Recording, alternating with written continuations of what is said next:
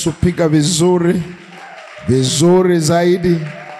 Unaamini Bwana amekupa ushindi, piga makofi mazuri. Asante Baba. Asante Mungu wetu. Katika jina la Yesu Kristo, na kila mmoja aseme amen. Nina imani kabisa Bwana anarejesha chochote ambacho kimefichwa kwako katika jina la Yesu. Kilichochukuliwa Bwana anakileta tena katika jina la Yesu. Na ndani ya muda mfupi matokeo utayaona katika jina la Yesu. Bwana Yesu asifiwe. Siku yetu ya 3 na ya mwisho kabisa katika mfungo huu, nataka umuinulie Bwana sauti yako na umwambie Baba, asante kwa majibu ya maombi yangu. Inua sauti yako, mshukuru Mungu, mwambie Bwana asante. Baba, asante kwa majibu ya maombi yangu. Mungu, asante kwa majibu ya maombi yangu. Asante Bwana. Inua sauti yako, mshukuru Bwana kwa majibu ya maombi yako. Mwambie Bwana asante.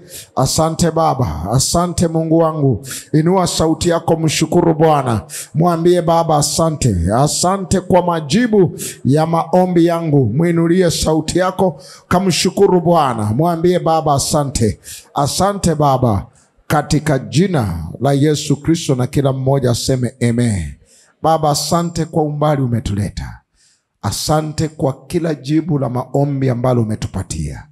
Asante kwa uwepo wako usiopingika katika siku hizi 3 za mfungo huu. Asante kwa neno ambalo umetuma kwa ajili ya wengi. Asante kwa mguso ambao umepatia watu wako.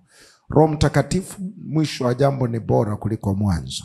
Fanya leo kuwa bora zaidi. Watembelee watu wako. Tufunulie neno lako. Tufundishe kila ambacho tulikuwa hatujui, na tukumbushe kila ambacho tumesahau. Asante Baba kwa kufanya. Sifa na utukufu tunakuahidi ni za kwako, katika jina la Yesu Kristo, na kila mmoja aseme amen. Naomba uketi tafadhali. Tutaomba sana wala ambao tumekaa nyuma tusogee mbele. Ibada zetu zinachukulia live. Tunapoacha mapengo tunakaa ni kama tunajifanya. So jitahidi unasonga, unachukua kiti kilicho mbele, ili wanapochukua video sionekana kama kuna viti vimetapakaa tumewapanga tu watu. So ulimekaa nyuma sana, songa mbele kidogo. Chukua kiti ambacho kipo wazi. Ashas tusaidie. Viti vikibaki hivyo vinakosa kabisa heshima kwa nyumba ya Bwana. Tafadhali sogea mbele, sogea mbele. Chukua kiti ambacho kipo wazi. Usijifunze unapoingia ibadani. Kaa kwa mpangilio.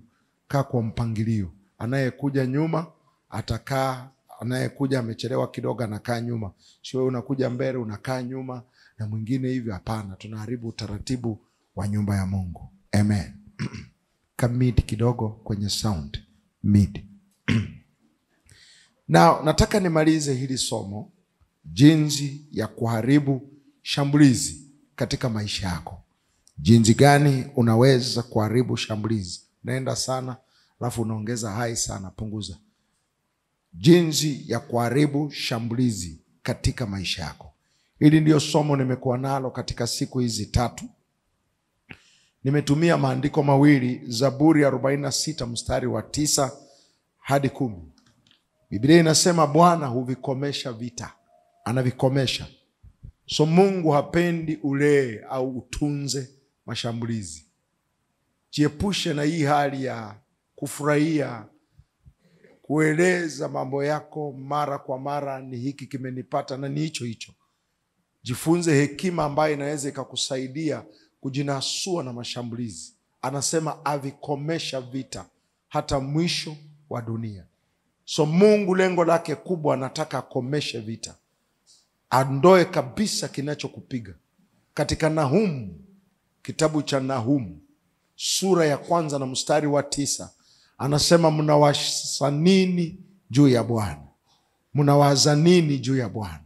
Yeye atakomesha kabisa, na mateso hayatarudi tena mara ya pili. So Mungu uliye naye ni Mungu ambaye anakomesha vita. Anataka aondoe kabisa mashambulizi juu yako. Lakini unahitaji ujifunze hekima. Ana jinsi, haviondoki kwa bahati nasibu. Ana jinsi anavyofanya. Na siku ya kwanza nilikupatia kipengele cha kwanza. Nyanyua madhabahu. dhidi ya chochote ambacho kimekuvamia. Jifunze kuinua madhabahu. Madhabahu ni muunganiko, ni nafasi ambayo unaitoa ili Mungu aweze kupata mlango wa kuingilia maisha yako. Studio, njoo kidogo. Mtu wa sound. Madhabahu ni mahali ambapo unatengeneza Mungu aweze kupata kuingilia swala lako. Tengeneza madhabahu. Na nimekufundisha jinsi ya kutengeneza madhabahu. Sikiliza sound kwanza. Madhabahu na yatengeneza kwa njia ambazo nimekupa hapa. Kwanza pata neno la kusimamia. Pata neno la kusimamia.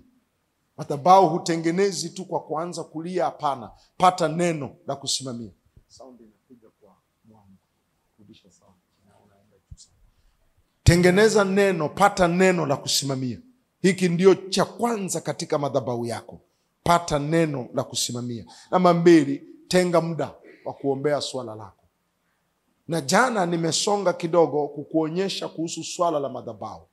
Madhabahu yapo katika makundi mawili. Usipoinua madhabahu wewe, adui atainua. Kinachokupiga, kuna madhabahu fulani yamezalishwa katika maisha yako. Usipoinua madhabahu, adui atainua. Inamaanisha adui atatafuta neno ambalo analitamka dhidi yako. Atatenga muda kwa ajili ya swala lako. Ataliwekea bidii ili swala lako. Ataliwekea bidii kabisa ili swala lako. Na roho fulani zitashuka kukupiga. So madhabahu yapo makundi mawili. Kundi la kwanza ni madhabahu ya kishetani. Na kundi la pili ni madhabahu ya Mungu. So usipofanya wewe, kwa sababu ulimwengu wa roho hauwezi ukaingia katika maisha ya mwanadamu bila mlango, na madhabahu ndio mlango wa kuingilia. Madhabahu ndio mawasiliano ambayo yanapatikana kati ya ulimwengu wa roho na ulimwengu wa kawaida. So usiposimamisha madhabahu wewe, adui atasimamisha. Kuna uwezekano mkubwa kabisa unachopitia, kuna madhabahu yameinuliwa na wewe mwenyewe huna madhabahu. Na nimekuonyesha sana, napenda sana uelewe, kuinua madhabahu inamaanisha lazima uwe na neno ambalo unasimamia kwa hali yako. Madhabahu lazima utenge muda ambao unautumia kwa ajili ya hiki ambacho unakipitia. Tenga muda. Anayekuroga alitenga muda kwa ajili yako. Anatenga muda kwa ajili ya wewe. Kuna mganga fulani wa kienyeji karibia na mahali ninapokaa. Kuna eneo lake. Kipita unapata kuna mtu amepaka gari. Inamaanisha ametenga muda kuja kushughulikia mtu fulani. Maybe ni adui yake katika biashara. Unaweza ukaliona hilo gari asubuhi, karudi mchana ukaliona limekaa karibia siku nzima. Wametenga muda kwa ajili ya huyu mtu. So usishangae unapigwa. Wewe ambao wamekutengea muda, wewe huna muda na tatizo lako.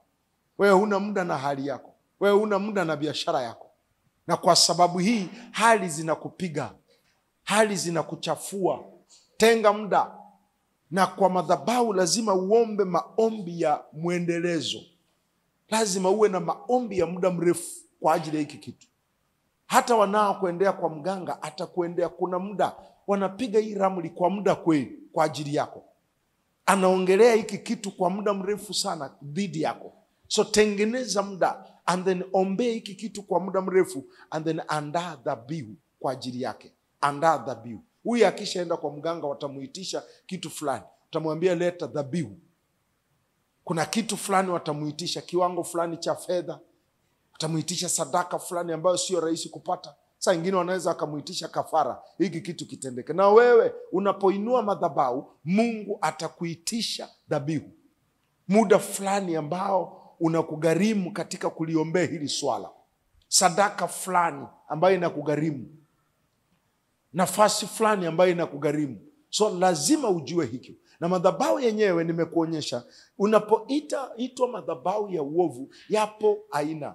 Na jana nilikupa madhabahu aina 6 ya uovu. I think ni 6 ya uovu. Leo hii nataka niongezee alafu tusonge. Kuna aina kama 6 ya madhabahu ya uovu ambayo nilikupa. Number 1 ni madhabahu ya familia. Vitu vinavyokupiga vinatoka kwenye madhabahu ya familia. So lazima ujifunze kujinasua. Madhabahu ya familia sio rahisi kuyavunja. Madhabahu ya familia mara mingi unajitoa. Katika mifano ya Biblia kwenye madhabahu ya familia, ng'ang'ana kujitoa. Jitoe katika madhabahu ya familia.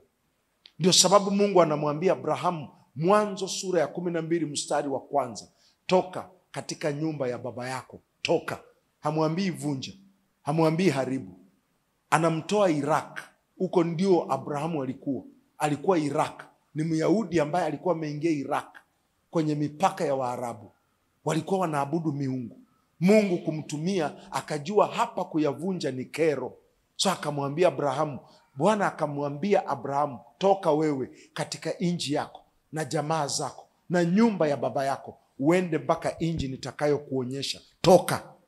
Mungu anamwambia toka. So njia ya kwanza kabisa ya kushughulikia madhabahu ya familia, kama una misuli ya kuvunja sawa, lakini kuna madhabahu ya familia ambayo umeyakuta wewe ni kizazi cha 4, kuja kuyavunja tu haitakuwa rahisi. So Mungu amekupa mlango wa cha kufanya. Toka. Na nimekupa andiko katika Wakorintho wa kwanza. Anakuonyesha cha kufanya katika madhabahu ya familia. Wakorintho wa pili sura ya 6 mstari wa 17 anasema toka ndani yao. So umekuwa ukitumia nguvu nyingi sana na vunja na haribu mizimu. Uwezi ukavunja hizo vitu. Ni vitu ambazo wameridhishwa. Wameridhishwa kwa muda mrefu, utachelewa sana kuvunja.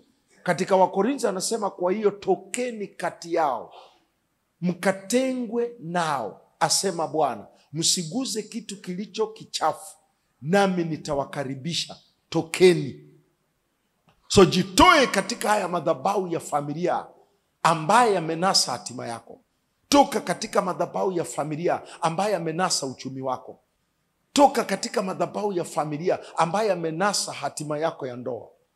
Madhabahu ya pili, sitaenda ndani sana. Madhabahu ya pili ni madhabahu ya mababu, ancestral altars. Madhabahu ya mababu ni mifumo fulani ambayo umeridhishwa, imani fulani ambazo umeridhishwa, saa nyingine hata sadaka fulani ambazo umeridhishwa. Jichunge sana na vitu hivi ambavyo umeridhi. Madhabahu ya mababu ni vitu ambavyo unaridhishwa. Ni mifumo fulani ambayo umejikuta tu na wewe unaabudu pasipo kujua unaabudu nini. Kuna wakati Yesu alisema mnaabudu lakini hamjui mnachokiabudu. Aliwaambia kabisa. Ndipo hapo ndio akasema ya kwamba siku zinakuja watakao niabudu wataniabudu kwa roho na kweli. Mnaabudu lakini hamjui mnachokiabudu. Studio nipe punch. Anasema mnaabudu nyinyi lakini hamjui. So madhabahu ya mababu ni vitu unavyoridhishwa tu. Kuna watu wameridhishwa hapa ibada, haujui hata kwa nini unaabudu kitu gani. Umeridhishwa tu. Kuna watu ambao wameridhishwa hapa, imani, haujui hii kitu unacho imani mizizi yake iko wapi. Na ndio sababu kitu chochote cha kuambiwa na wewe weka na akili zako. Ongeza na wewe akili zako na wewe jitafutie ukapate maarifa. Kwa nini hiki kitu kiko hivi? Na maarifa yote yapo katika neno la Mungu. And then madhabahu ya tatu ni madhabahu ya uchawi na ushirikina. Unapoomba, omba dhidi ya haya madhabahu. Madhabahu ya familia, madhabahu ya mababu, chochote ambacho umeridhishwa. But kuna madhabahu ya ushirikina na uchawi. Yale ni madhabahu yanayokulaani. Ni madhabahu yanayosukumwa sana na wivu na chuki dhidi yako. So kuna madhabahu ya uchawi na ushirikina. Katika kitabu cha Hesabu sura 23 mstari wa 1, Balaam anamwambia Balaka anamwambia Balaam, ninyanyulie madhabahu 7, uniwekee dhabihu 7, ng'ombe 7 kwa kila madhabahu ili nilaani hao watu. Anawaroga. So kuna watu wataona wivu kwako. Mtu yoyote hapa, nilikuambia jana, uliyetoka katika familia ya wake wengi, madhabahu ya ushirikina lazima yatakuwepo. Kuna laana ambazo hukukosa, haukufanya chochote, lakini zitakuvaa. So lazima ujifunze kutoka ndani. Huyu analaani wana wa Israeli, hawajamkosea, lakini amekumbwa tu na wivu. Mtu yoyote ambaye Mungu anakufanikisha, Mungu anakuinua, hautakosa haya madhabahu. So kuna vitu vitakupiga pasipo wewe kukosea chochote, ukijiacha tu. And then madhabahu ya 4 ni madhabahu ya mji au madhabahu ya ardhi. The altars of the land. Eneo lolote ambalo utaenda kumiliki ardhi, Eneo lolote ambalo utaenda kuanzisha biashara yako, kuwa makini, kwa sababu kuna madhabahu pale. Wakati tunajifunza vita vya kiroho na wakati ambapo tunajifunza uchungaji, kuna kitu kinaitwa spiritual mapping. Spiritual mapping katika ulimwengu wa roho ni zoezi ambalo ukienda mahala unajaribu kucheki mienendo na tabia za watu. Unajaribu kupata historia yao, vitu wanavyopitia. Number 1, hicho kinakuonyesha aina ya nguvu za giza au mwenye nguvu aliye katika anga. Kienda katika eneo ukapata uzinzi, historia yao uzinzi, ndoa zimevunjika kwa sababu ya uzinzi. Unajua aliye katika anga ni Mungu wa uzinzi, and then madhabahu yaliyo katika eneo hayo yanafadhili uzinzi. So unajua jinsi ya kuomba. Yale ni madhabahu ya ardhi. So unaweza ukaingia katika eneo fulani ambapo madhabahu yaliyo pale ni madhabahu ya madeni, utajikuta unakopa hata bila kujua. Ni madhabahu ya uzinzi, utajikuta umeacha ndoa yako na wewe umeingia katika huo mtego. Yale ni madhabahu ya nchi, madhabahu ya ardhi. So kitu cha kwanza, cheki hawa watu wana tabia gani, wana mwenendo gani, and then inatengeneza maombi yako. Sio kitendo cha kuenda kuwashambulia, nyinyi mko hivi, nyinyi mko hivi. Hapana, ni kitendo cha maombi, kwa sababu inakutafsiria madhabahu yaliyo pale. Kuna madhabahu ya nchi au altars of the land. Kumbukumbu la Torati 12 na mstari wa 3. Kumbukumbu la Torati sura ya 12 na mstari wa 3. Eneo lolote unaloingia utakutana na hiki kitu. Nanyi zivunjeni madhabahu zao, zibomoeni nguzo zao na maashera yao, yateketezeni kwa moto, na sanamu za kuchonga za miungu yao zikateni, na jina lao lifutilieni mbali na mahali pale. So unaona wameenda katika eneo jipya. Tuseme wamenunua ardhi, wameenda kuanzisha biashara. Mungu alisema fanyeni hili zoezi. Angalieni mifumo yao ya kuabudu, angalieni tabia zao, ili msijichanganye. Bomoeni madhabahu yao. So kuna madhabahu ya nchi. Kuna watu ambao mashambulizi ulio nayo ni mashambulizi yanayotokana na eneo uliloenda kuishi, eneo ulilokaa, na ndio hali ambayo watoto wako watakuwa nayo, kwa sababu yale madhabahu yanawasukuma katika hicho kitu. And then number 5, kuna madhabahu ya siri, secret altars, madhabahu ya siri, vitu ambavyo havieleweki. Inamaanisha kuna madhabahu yamefichwa. Adui ana maeneo ambayo anaficha madhabahu.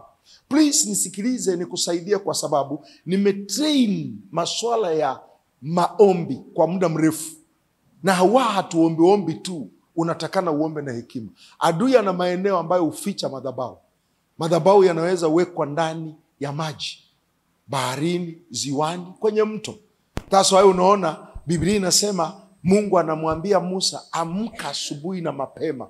Kitabu cha Kutoka, naamini ni sura ya 8 na mstari wa 20. Amka mapema, nenda ukutane na Farao, anaenda mtoni. So madhabahu yaliyokuwa yanawapiga yalikuwa mtoni. So adui anaweza kuweka madhabahu kwenye mto, eneo la maji. So unapoomba, unaomba madhabahu yaliyofichwa majini dhidi yangu, Mungu, damu yako iwe kinyume naye. Sana sana swala la madhabahu, tumia sana damu ya Yesu. Tumia neno, jina la Kristo na damu ya Yesu Kristo, na zaidi ya yote Roho Mtakatifu akuongoze. Vile vile adui ana uwezo wa kuweka madhabahu porini.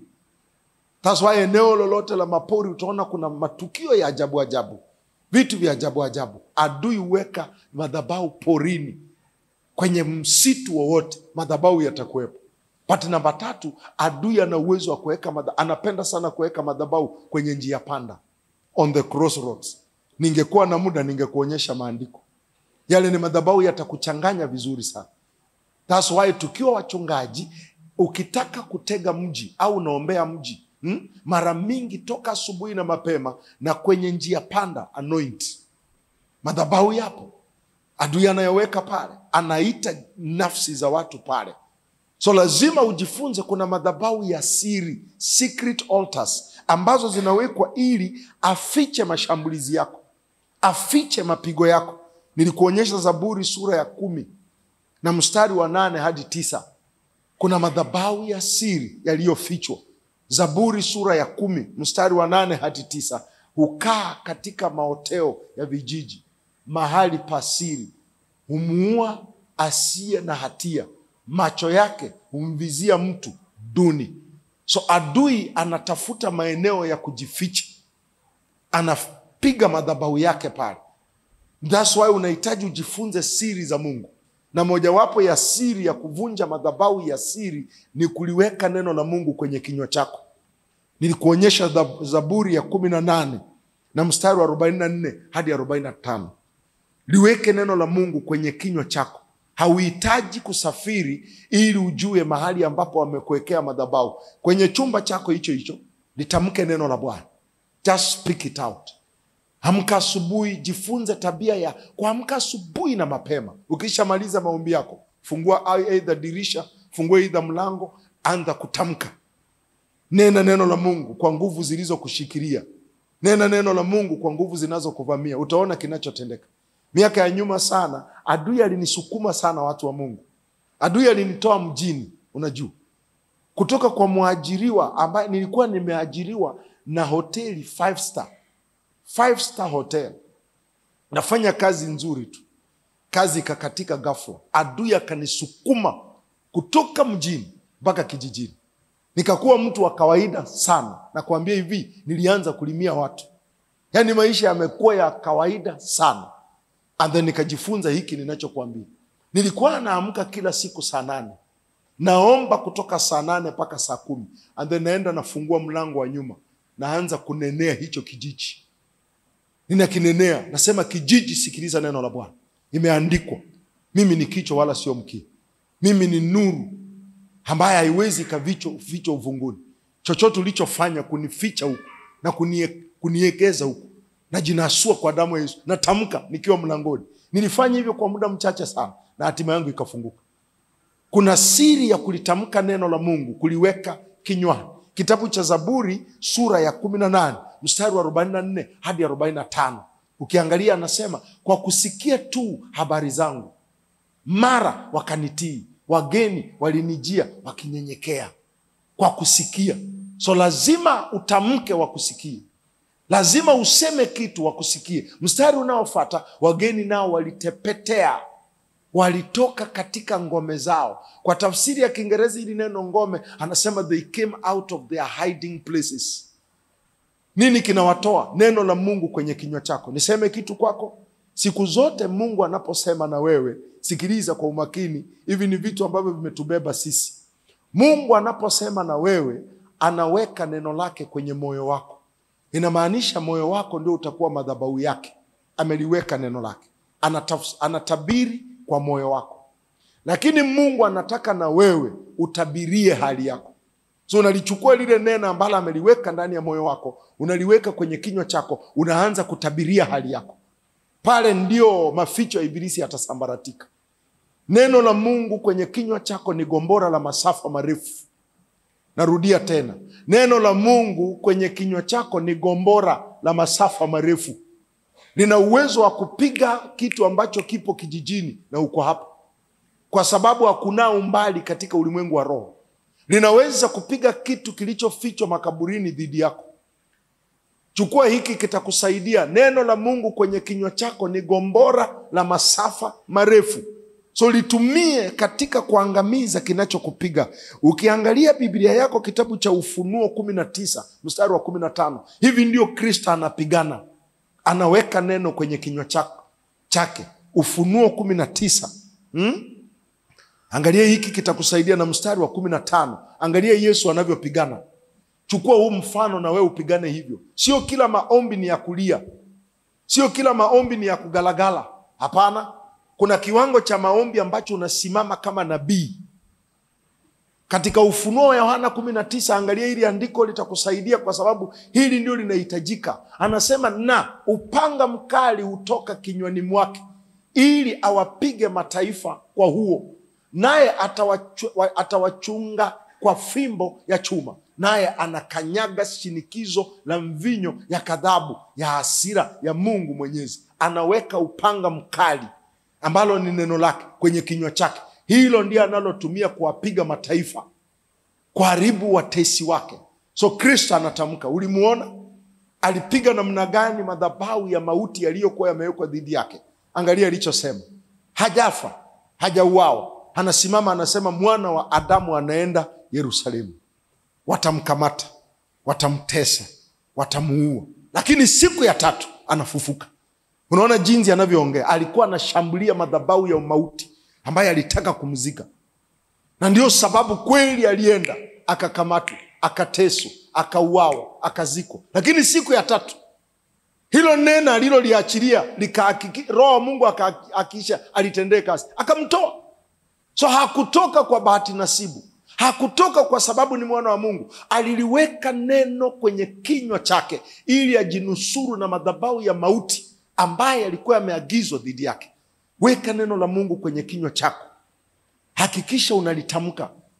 Wewe ni mfalme na wewe ni kuhani. Una ofisi mbili, mtu wa Mungu. Kila saa unapoenda kuomba, hakikisha unatembea na hizi ofisi mbili.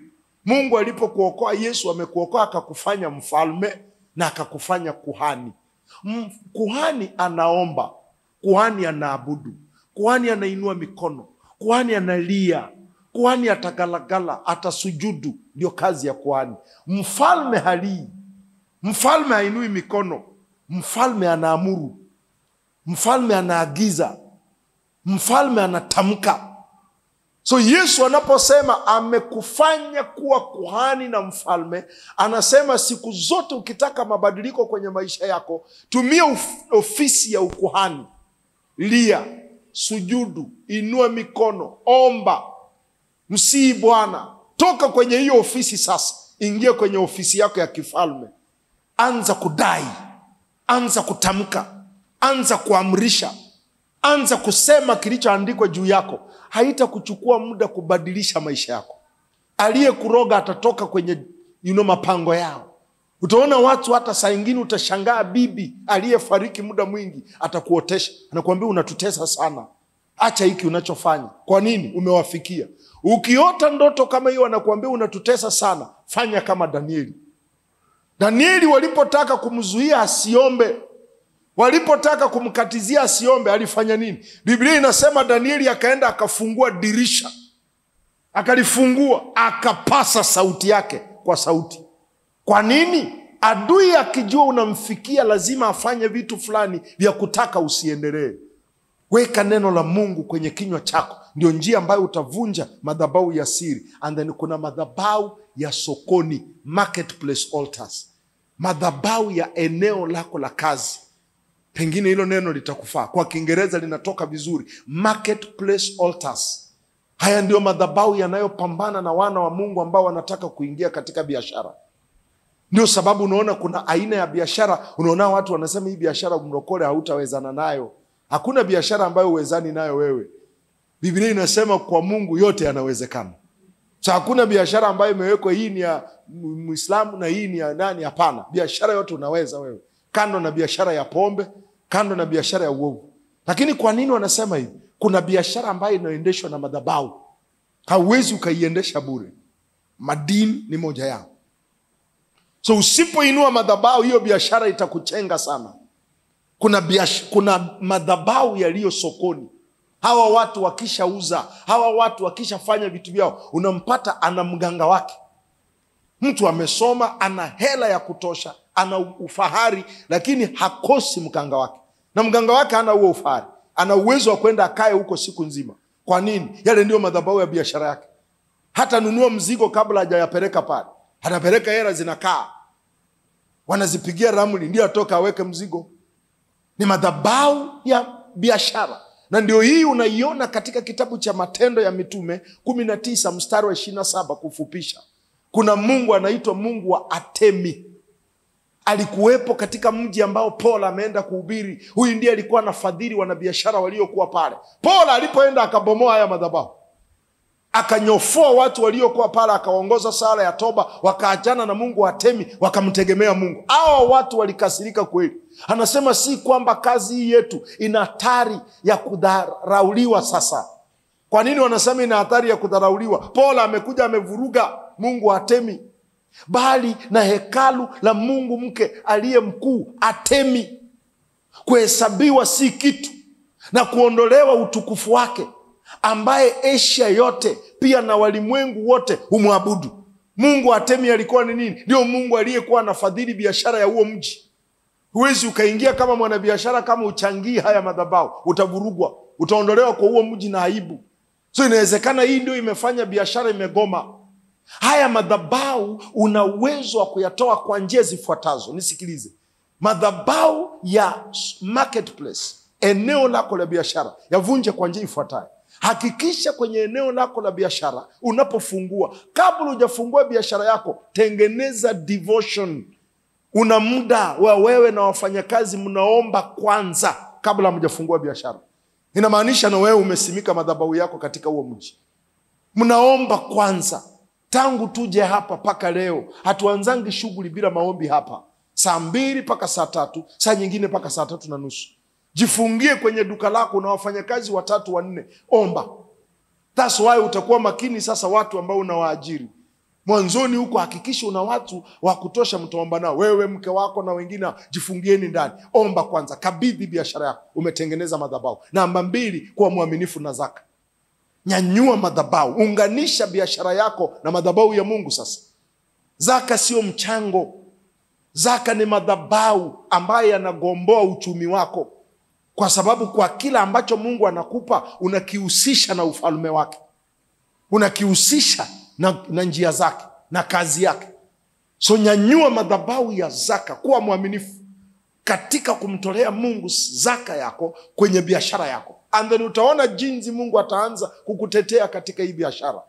Now, nataka nisonge mbele kidogo ili nikuonyeshe. Kwenye upande wa Mungu nimekuonyesha madhabahu 6 ya uovu. But kwa upande wa Mungu naye ana madhabahu 6 au 7 ambaye anataka na wewe uinue.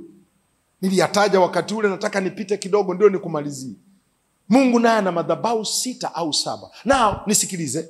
Unapoona Biblia ikisema Elia akayarekebisha madhabahu ya Mungu yaliyokuwa yamevunjika, naamini ni Mambo ya Wafalme wa Kwanza 18. Elia mstari wa 30. Elia akarekebisha madhabahu ya Mungu yaliyokuwa yamevunjika. Inamaanisha madhabahu yalikuwepo lakini yakaharibika au yakadhoofika. Madhabahu yakidhoofika au yakiharibika hayatabeba uzito wa uwepo wa Mungu. Ukumbuke utukufu wa Mungu upo katika viwango, wanaita the weight of glory. So kuna uzito fulani wa Mungu ambao unautaka wewe, kiwango fulani cha baraka ambacho unakitaka wewe, kiwango fulani cha mipenya ambacho unakitaka wewe. Hiki kiwango hakiachiliwi kwa mkono wako, kinaachiliwa kwa madhabahu yako. So usipoyajenga yawe imara, hayatabeba hiki kitu. Na ndio sababu sometimes mpenyo fulani Mungu akikupa unaweza ukakuangusha, kwa sababu hukuwa na madhabahu ya kudhibiti utukufu unaokuja na huo mpenyo. Kuna baraka fulani Mungu anaweza akakupa ikakuharibu, kwa sababu huna madhabahu yaliyo na uwezo wa kubeba hicho kitu. Sio tu kitu hicho, chochote ambacho Mungu anakupa kinakuja na changamoto zake. Mungu akikupa kiwango fulani cha hela, kitakuja na changamoto za hiyo hela. Akikupa kiwango fulani cha mpenyo, kinakuja na changamoto za huo mpenyo. Madhabahu yako ndio yanabeba hiyo nafasi. Na ndio hii unaona Biblia inasema kwenye Wafalme, rudisha andiko, anasema Elia, rudisha andiko, anasema mstari wa 30 sio 37, 30. Anasema kisha Elia akawaambia watu wote, nikaribieni mimi. Wote wakamkaribia, akaitengeneza madhabahu ya Bwana iliyovunjika. So kuvunjika inamaanisha kuna vitu ulikuwa unafanya mwanzoni dada, ambapo ulikuwa umeokoka. Ndio Yesu anaita upendo wa kwanza. Ulikuwa nazo, neema hii ulikuwa nayo, lakini huku juu katika kutembea kwako na Mungu umekutana na makwazo fulani. Hivi vitu ufanyi tena. So maisha yako yanakosa madhabahu ya kubeba mipenyo fulani ya Mungu. Ni kuonyesha madhabahu 6 ambayo Mungu anataka uwe nayo, umjengee, cheza nayo na uone maisha yako yatakapoimarika. Madhabahu ya kwanza ni madhabahu ya wokovu. Hakika madhabahu ya wokovu. Fungua lango la wokovu katika nyumba yako. Wewe mwenyewe usisali tu. Haijalishi utajenga makanisa, utasupport wachungaji. Kama hujakabidhi maisha yako kwa Kristo, huna msaada. Wokovu ni madhabahu ya Kalvari ambayo Mungu aliyajenga ili kunasua watu wake kwa kazi na matendo ya shetani. That's why anasema kwa kusudi hili mwana wa Mungu alidhihirishwa ili kuzivunja kazi za shetani. So madhabahu yako ya kwanza ni wokovu. Unapitia vitu fulani, dada, okoka. Wokovu maana yake ni kuwa na ushirika binafsi na Mungu.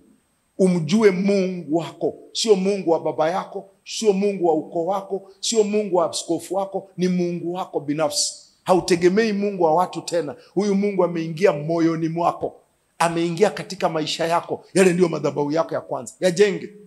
So kuna watu ambao wokovu wako umeuacha. Rudi kwenye wokovu.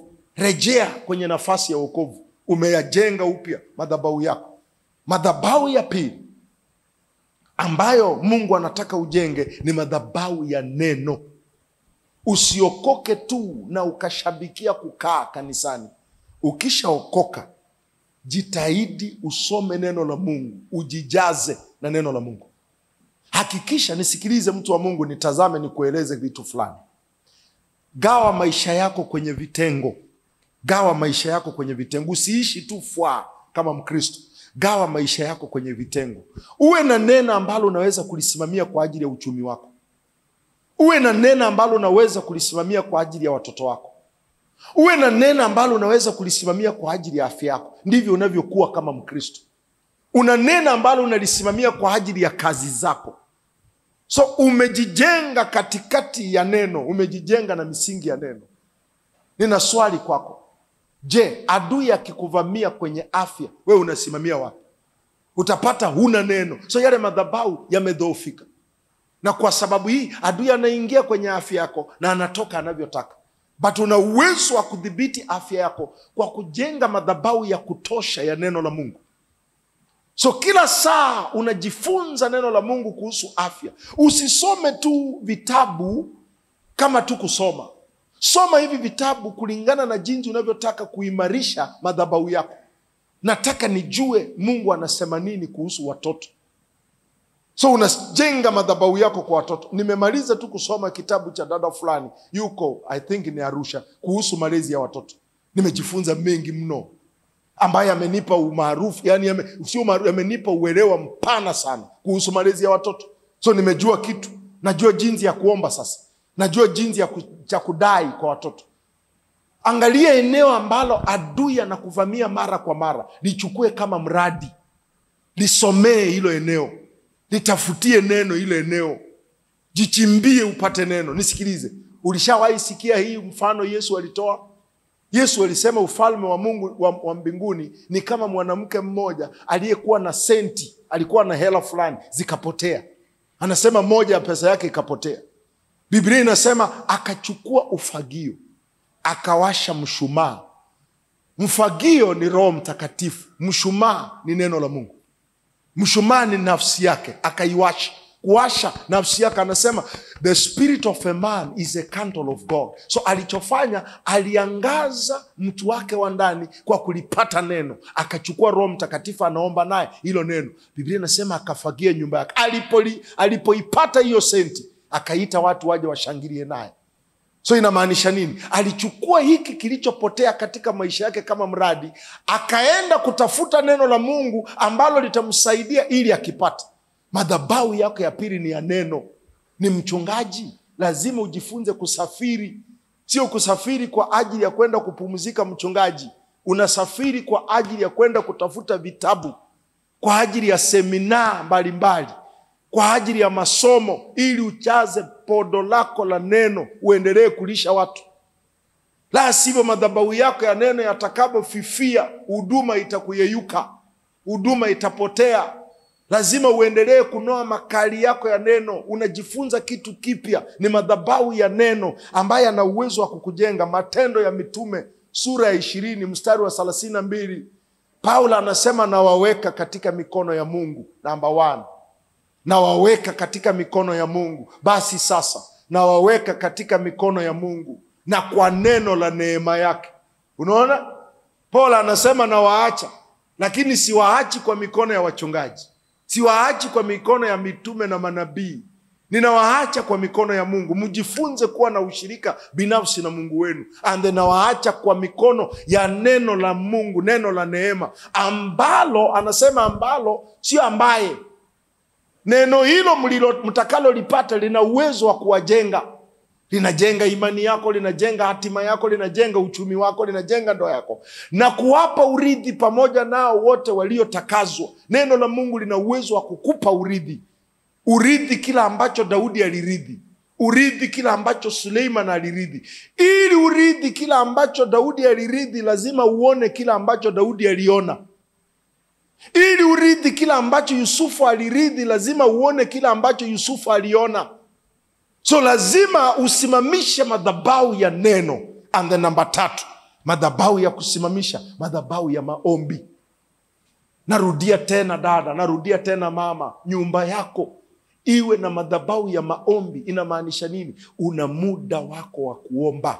Shetani ajue, wachawi wajue, adui zako wajue, na Mungu ajue. Yani isifichwe. Una muda wako binafsi wa maombi. Yani kwenye familia yako, baba anajificha kwenye kona yake, mama anajificha kwenye kona yake, watoto wanajificha kwenye kona yao, wanaomba kwenye muda wao, kila mmoja binafsi. Angalia kitakachotokea kwa hii familia. Utatafuta magonjwa uoni, utatafuta kushindwa uoni, kwa sababu madhabahu ya maombi yatakubeba. Utaiona katika Marko 14 na mstari wa 37. Yesu ameweka kipimo hapa. Yesu ameweka kipimo cha maombi yatakayo kubeba. Sio tu maombi ya baba, niko mbele zako, wewe ndio Bwana, Bwana wa mabwana. Hapana. Standard ya maombi ya kila mwana wa Mungu, jitahidi uombe at least lisaa. Every day. Kila siku na lisaa. Ndio kiwango cha chini cha Mungu kwa mtu unayetaka Mungu akupiganie. Anasema akaja, akawakuta wamelala usingizi. Akamwambia Petro, je, Simoni, umelala? Hukuweza kukesha tu sali moja? Hakuitisha muda mrefu. Inamaanisha Petro angekaa lisali moja katika maombi, angedhibiti hizi nguvu ambazo zinamdhalalisha kiasi hiki. Kama Petro angelikaa lisali moja, hawa watu hata kumkamata huyu ingekuwa ngumu sana.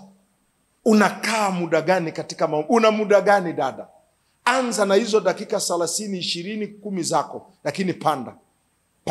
Fika mahali unaweza ukaomba lisa, hata kwa siku tu. Songa kidogo mpaka ufike mahali una uwezo wa kwenda masaa 2 katika kuombea watoto wako, katika kuombea maisha yako. Unazalisha kitu, unabadilisha vitu katika ulimwengu wa roho. Ni madhabahu ya maombi. Namba 4, kuna madhabahu ya utumishi. Familia yako, biashara yako, ndoa yako itumike. Petro alibadilisha maisha yake kwa nini? Yesu aliwakuta wanahangaika. Nisikilize mtu wa Mungu, Luka sura ya 5 hiyo. Yesu amekuta Petro wanahangaika, hawana chochote, hawajapata chochote. Wamevua samaki kuanzia asubuhi mpaka jioni, hawajashika hata moja. Anawakuta wanahangaika. Yesu alipokuja akawaambia, wanangu, mna samaki? Akasema hakuna. Petro akampa mtumbwi. Alitumia biashara yake imtumikie Bwana. Petro akachukua mtumbwi wake akampa Kristo, autumie kama madhabahu. Atumie mtumbi wake kama chombo cha kuhubiri. Baada ya Yesu kumaliza kutumia mtumbi wa Petro, alichofanya sasa, kamwambia Petro, umefanya hivi, hebu chukua nyavu, weke mkono huu, put it on the right side. Biblia inasema wakapata samaki, nyavu zao zikaanza kukatika. Tofauti ni nini? Petro alitumia biashara yake kumtumikia Bwana. Na alipomtumikia Bwana na biashara yake, Mungu akahakikisha hawezi akakosa faida. Chukua biashara yako, iweke kwenye madhabahu. Unafanya nini? Hata watoto 3, 4 tu wenye unaweza kusomesha yatima kama utumishi wako kwa Bwana. Wajane 2, 3 ambao unawafadhili kupitia kwa hii biashara ambayo Mungu amekupa. Haiwezi kafa. Unajua kwenye nyumba ya Mungu biashara yako inafanya nini? Ni nini unachofanya na kipata ambacho Mungu anakupatia kwenye kazi ulionayo? Iambatanishe na utumishi. Mungu anadhamini sana utumishi wako. Anasema katika Kutoka sura ya 4 mstari wa 23, uliokolewa ili utumike. So ambatanisha biashara yako, ambatanisha utumishi wako. Katika Kutoka 4 na mstari wa 23, nami nimekuambia mpe mwanangu ruhusa aende. Anaenda wapi? Anakutoa katika madeni ili apate kunitumikia. Anakutoa katika magonjwa ili umtumikie. Anakutoa katika umaskini ili umtumikie. Anakutoa katika uhitaji ili umtumikie. So chochote ambacho Mungu anakupa na chochote ambacho Mungu anakufanyia, anatamani umtumikie. Weka biashara yako katika utumishi. Miaka ya nyuma sana nilikuwa na duka. Kabla sijawa mchungaji mimi nilikuwa mwanabiashara, unajua. Sikuwa tu mchungaji ambapo nimetoka mbinguni kama mchungaji. Nilikuwa mwanabiashara. Nilikuwa na duka katikati ya mji. Faida yangu ya Jumamosi ilikuwa ni nauli ambaye nalipia kusafirisha hawa watu kutoka eneo nililokuwa kuwapeleka ibadani na kuwarudisha. Ilikuwa juu yangu. Ilianza ice 1, zikafika 2, zikafika 3, zilipoelekea 4, wakaniambia sasa ndugu, kwa nini msifungue fellowship? Na ndio hilo kanisa lipo paka leo. Lilizaliwa kutoka kwa faida ya kila Jumamosi ambayo nilikuwa naipata. Tulikuwa makini nayo, tunaitenga, tunaitoa. Hilo fungu lilikuwa ni usafiri. Mungu alipoona hivi akaanza kupandisha hiyo biashara. So tumika mtu wa Mungu, hauna utumishi kwa nyumba ya Bwana. Hauna utumishi wa kifedha, fedha zako. Unakula kila kitu peke yako, kila saa una uhitaji. Hakuna siku fedha zitakutosha. Fedha huwa hazitoshi. Kinachotosha ni baraka ya Mungu. Na njia ambayo Mungu atakuwekea baraka kwenye fedha zako ni wakati fedha zako zitapata nafasi ya kumtumikia Mungu madhabahuni. Bwana Yesu asifiwe. So jenga au rekebisha madhabahu yako ya utumishi. Na hii ndio njia. Angalia Malaki 3:18. Madhabahu ya utumishi yanakutofautisha. Unakuwa tofauti kabisa. Utakuwa tofauti kabisa. Wengine wakisema kuna kushuka chini, wewe unasema kuna kupanda juu. Angalia Malaki 3:18. Ndipo mtakaporudi nanyi mtapambanua. Neno kupambanua ni kutofautisha kati ya wenye haki na waovu, kati ya yeye amtumikiaye Mungu na yeye asiyemtumikia Mungu. Utumishi ndio utafanya uwe tofauti na watoto wa nyumba ya baba yako. Ndio utakao kutofautisha. Utatofautisha paka watoto wako. Yaani wakiweka watoto ambao ni wajukuu wa baba yako, wakiwaweka hapa, wakiangalia tu vizuri, watoto wako ni tofauti. Nini kina tofauti kwenye masomo? Maisha yao tofauti, changamoto zao ni tofauti. Hawawezi kupita kama wengine. Kwa nini? Ulitengeneza madhabahu ya utumishi. Watoto wanapofunga, unganisha utumishi na wao. Wapeleke wamtumikie Mungu wao. Mahali wanaposoma nimeshawaambia, lazima ni hivi, mtumikie Mungu. So unapata huyu anatumika, huyu anatumika. Mnatoka wapi? Tunatoka ibadani. Mlikuwa mnafanya nini? Mbona mmechelewa? Tulikuwa tunatumika. Kwa nini madhabahu ya utumishi? Ili watofautishwe. Naona Mungu akikutofautisha katika jina la Yesu. And then number 5, kuna madhabahu ya shukrani. Thanksgiving altar. Mtu wa Mungu, tanguliza shukrani badala ya kutangulisha mahitaji. Tengeneza madhabahu ya shukrani. Kuwa makini na matendo ya Mungu katika maisha yako. Kuwa makini na shuhuda za Mungu katika maisha yako. Uwe na madhabahu ya shukrani. Mungu akitenda kitu, rudi kumshukuru. Amefanya vitu fulani, rudi kumshukuru.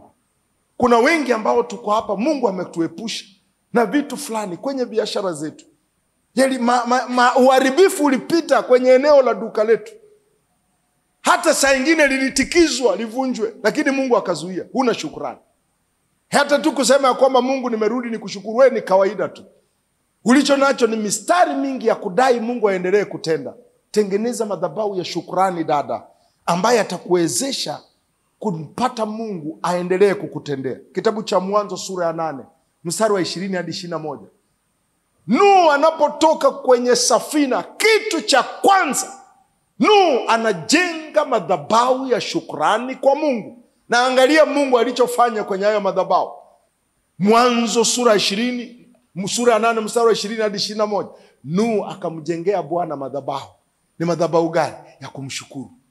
Jinsi alivyomweka. Hakuruhusu akae hata siku. Alipotoka tu, mvua imeisha, watu wamekufa wote, Nuhu amebaki peke yake na watoto wake.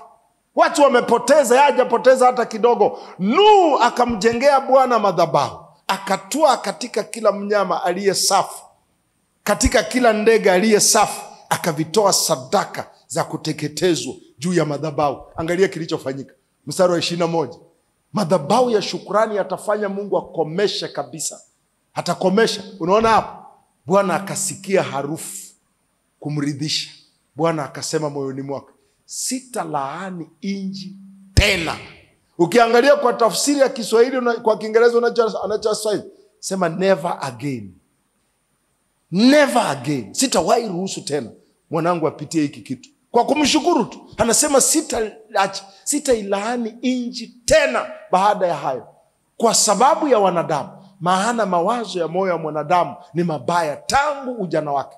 Wala sitapiga tena baada ya hayo kila kilicho hai kama nilivyokifanya. Mungu alifuta laana. He reversed the curse kwa sababu ya madhabahu ya shukrani. Tanguliza shukrani. Kabla hujalia kwa kila ambacho huna, hebu jaribu kuchungulia ulicho nacho. Kabla hujaanza kulia kule ambapo hujafika, hebu jaribu kuona umbali Mungu amekufikisha. Changamka kumshukuru.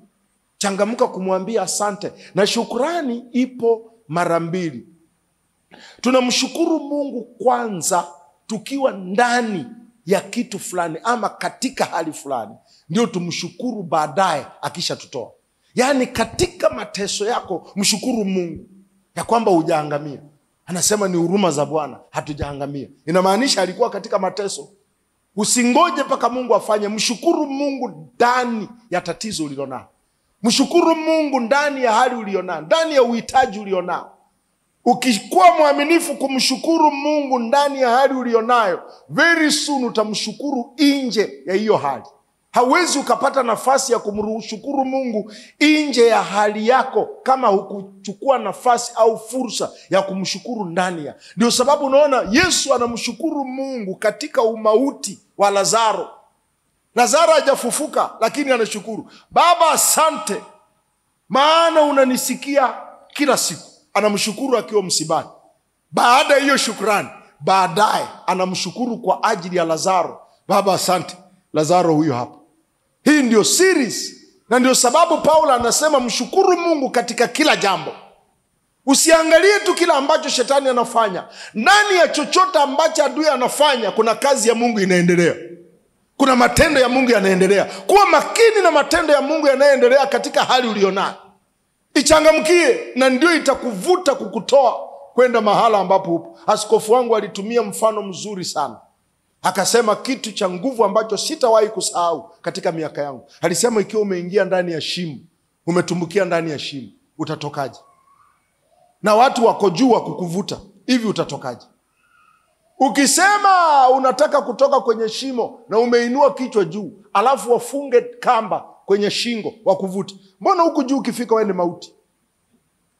Ili utoke kwenye shimo, inua mikono, wafunge kamba kwenye makwapa, watakuvuta.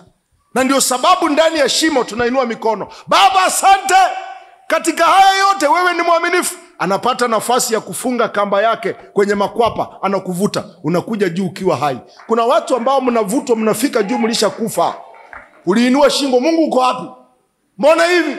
Mbona iwe hivi baba? Mimi natoa zaka alafu napigwa, najuta kukutumikia. Umeinua shingo, anafunga kamba humu. Kitambo ufike juu, maiti. Haitakuwa fungo lako katika jina la Yesu.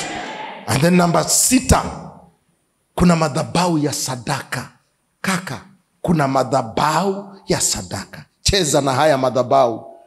Mtumikie Mungu na sadaka.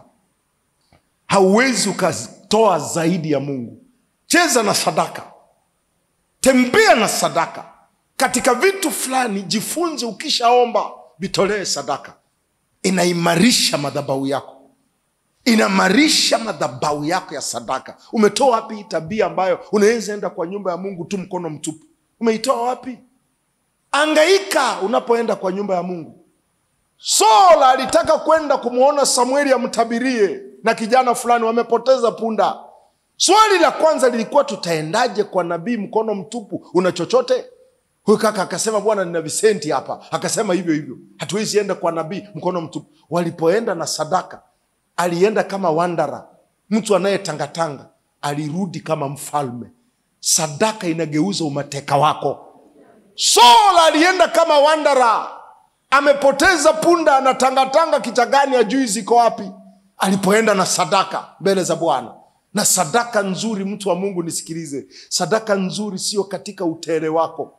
Sadaka itakayo kutoa ni katika uhitaji wako. Katika huo uhitaji wako, usiangalie kiwango. Katika huo uhitaji wako, hiyo ndio itakayo kutoa. Hiyo ndio itakayo kuinua. Mimi nimebanwa sana. Katika hiki kilichokubana, njia ya kutoa pressure kwenye hicho kitu, nyanyua sadaka. Anasema mtamkumbuka Bwana Mungu wenu. Kumbukumbu la Torati sura ya 8:18 hadi 19. Changamka na sadaka, na sadaka zipo nyingi. Kumbukumbu la Torati 8:18 hadi 19. Sadaka zipo nyingi. Kuna sadaka zaidi ya 12 ambazo unacheza nazo, ni wewe tu. Kuna sadaka ya nabii, kuna sadaka ya wahitaji, kuna sadaka ya shukrani, kuna sadaka ya mradi. Unajihusisha katika kulipanua kazi ya Mungu au kanisa la Mungu au huduma. Cheza na sadaka.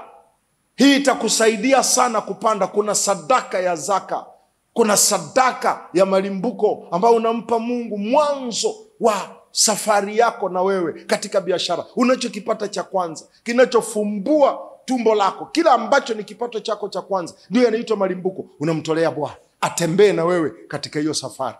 Ni wewe tu. Sasa hizi zote hauna, na Mungu anashindwa kabisa kukuinua. And then mwisho, madhabahu ya 7 ni madhabahu ya dhabihu. The altar of sacrifice. Haya ni madhabahu 7 yanayobeba maisha yako. Madhabahu ya dhabihu. Unajiuliza hili swali, kutembea kwako na Mungu. Nataka nikuonyeshe madhabahu ya dhabihu inamaanisha nini. Kutembea kwako na Mungu inakugharimu nini? Lazima ukaramike katika kutembea na Mungu wako. Karamika kumtafuta Mungu wako. Karamika kumpata huyu Mungu. Hapatikani fuafua, hapatikani hivi hivi. Dhabihu ni ile gharama unayoingiza kumpata Mungu. Mungu hatapatikana tu kikawaida, hapana. Na dhabihu isipopatikana katika maisha yako, yanabaki vile vile. Utabaki kama vile vile ulivyozaliwa. Utakuwa wa kawaida sana, mtu wa Mungu, usipokuwa na dhabihu. Wa kawaida sana. Ni kuonyesha andiko. Ona jinsi watu wengi ni wa kawaida. Kuna wachungaji wa kawaida, kuna huduma za kawaida zimekosa dhabihu ili zitoke. Yohana 12:24. Dhabihu ni kila ambacho unakifanya kinakugharimu kumpata Mungu wako. Inakugharimu nini kupata huu mpenyo unaoutafuta? Inakugharimu nini kujua hii siri ambayo unataka Mungu akufunulie? Ndio dhabihu yako. Ile gharama unayohusisha kumpata Mungu ndio inaitwa dhabihu. Unaona hii? Yohana 12:24, 24 anasema amin. Angalia andiko kwa umakini tafadhali. Amin, amin nawaambia, chembe ya ngano isipoanguka katika inchi. Wote tumeanguka katika inchi, tumepandwa na Bwana, lakini angalia tofauti, ikafa. Dhabihu ni hiki ambacho kinaitwa ikafa. Hii ndio gharama.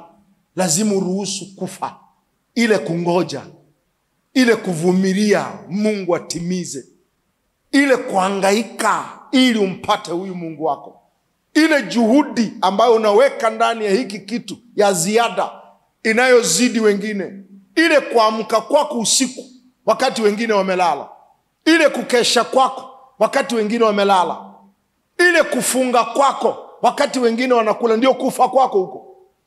Lazima uihusishe katika maisha yako. Umefunga, wengine wanakula. Hii ndio inaitwa isipoanguka katika inji ikafa. Kama haitakuwa na dhabihu, matokeo na haya ukaa hali hiyo. Umekuwa ukiuliza watu, kwa nini maisha yangu yabadiliki? Hayana dhabihu. Maisha hayana dhabihu. Hujawahi omba ukajivuta. Hujawahi mtolea Mungu kitu ambacho kimekuguza. Hujawahi tumika kwa kiwango ambacho kimekutoa katika ukawaida wako. Hujawahi fanya kitu kwa Mungu ambacho unaona kabisa kimekuvuruga. Inamaanisha utabaki katika hali hiyo peke yake. Bali ikifa, akiruhusu dhabihu, hutoa mazao mengi. Unaweza kujipata una vipawa vingi sana. Umebaki wa kawaida muda mrefu dada, huna dhabihu. Hujawahi funga hata siku. Hujawahi funga. Wewe kuamka asubuhi, yale ni mateso sana kwako. Naamka kawaida. Unaamka kawaida sana. Yaani wewe unalala usingizi wako unaukamilisha wote. Unahakikisha umeisha. Hata ukiupata una chembe, uwezi mpaka ujikunje. Saa 2 hivi ndio unaamka, Baba asante. Kushukuru Baba, wewe ndio Mungu wa miungu. Haleluya. Biblia inasema utabaki hivyo peke yako. So unaposema hakuna hera, ujiulize wewe na nani? Ni wewe peke yako. Kuna watu wana hera kwa sababu ya dhabihu yao. Hata utofauti wa waganga. Waganga hawafanani unajua. Kuna waganga matapeli tu. Lakini kuna waganga isei. Wale watu akipuliza tu utakwenda. Nao nini kinachotofautisha hao huyu mganga? Dhabihu. Tapata jamaa amekaa ndani ya maji karibu wiki. Hatoki. Amekaa ndani ya maji nguo ile ile. Hali ala afanye nini, anakula matope tu. Ili akuroge vizuri. Akitaja jina lako umekwenda. Wewe mwenyewe una dhabihu. Una dhabihu kabisa. Na mwenye anataka mtendee hiki kitu, angalia dhabihu aliyompa. Angalia vitu alivyomwambia atafute. Mwambie utafute kobe mweusi. Kumpata sasa. Fu anasema utafute mchuzi. Mchuzi ama anaitwa mwenye hana mkia. Utampataje sasa? Afu anasema unitafutie mtoto ambaye ana siku 4 tumboni. Utampataje? Lazima upite kwenye huko watoa mimba sasa. Ndio umpate. Ndio hiki kitu tukilipue. Dhabihu. Na wewe uko hapa mpaka saa 2, alafu unashangaa maisha yako yabadilike. Weka dhabihu kwenye huduma yako. Weka dhabihu kwenye utumishi wako. Nataka nikuonyesha aina za dhabihu. Tengeneza dhabihu. Kuna aina za dhabihu. Number 1, dhabihu sio tu hela. Nikusaidie ili usije ukataabika, hapana. Dhabihu sio tu hela. Kuna aina za dhabihu. Number 1, kuna dhabihu ya maombi, a prayer sacrifice. Kuna dhabihu ya maombi. Nini tena? Mbona tuko tu sawa? Kuna dhabihu ya maombi. Katika kitabu cha Wakorintho wa pili sura ya 11 na mstari wa 27. Angalia dhabihu ya maombi. Wakorintho wa pili 11 na mstari wa 27. Ona Paulo anavyoweka dhabihu. Anasema katika taabu na masumbufu, katika kukesha mara nyingi. Unaona huyu jamaa maombi yake sio ya kawaida. Anatumia mikesha. Katika njaa na kiu, katika kufunga mara nyingi. So Paul anatumia mkesha, anatumia kufunga, anajitaabisha katika baridi na kuwa uchi. Paul anaamka asubuhi, anaenda mapangoni, ameacha nyumba yake ili aenda aombe. Na hiki ndio Yesu alikuwa anafanya. Maombi yake hayakuwa tu ya kawaida. Unaomba hapo umeweka karanga, Baba asante. Asante Baba yangu. Na kunywa na kamaji hapa. Uyani umepanga vitu mstari, kutoka pale karanga, hapa juice, hapa maji. Na bigiji imejaa mdomoni, Baba asante. Asante Baba yetu, wewe ni Mungu mzuri. Asante Mungu, najua unatenda. Hauna dhabihu dada. Anasema na hii mbegu ikikaa hivi inabaki peke yake. Pokea neema ya dhabihu ya maombi katika jina la Yesu. Namba 2, kuna dhabihu ya sadaka, a giving sacrifice. Kuna dhabihu ya sadaka. Unamtolea Mungu kinachokugusa. Unamtolea Mungu sadaka ya maana. Fanya kitu kwa Mungu. Watu 2 watatu, vitu vidogo vidogo kanisani ambavyo vinatangazwa. Simama tu, nitamfanyia Mungu wangu. Ni dhabihu. Unahitaji hiyo hela lakini unaitoa. Angalia uone dhabihu ya fedha hapa.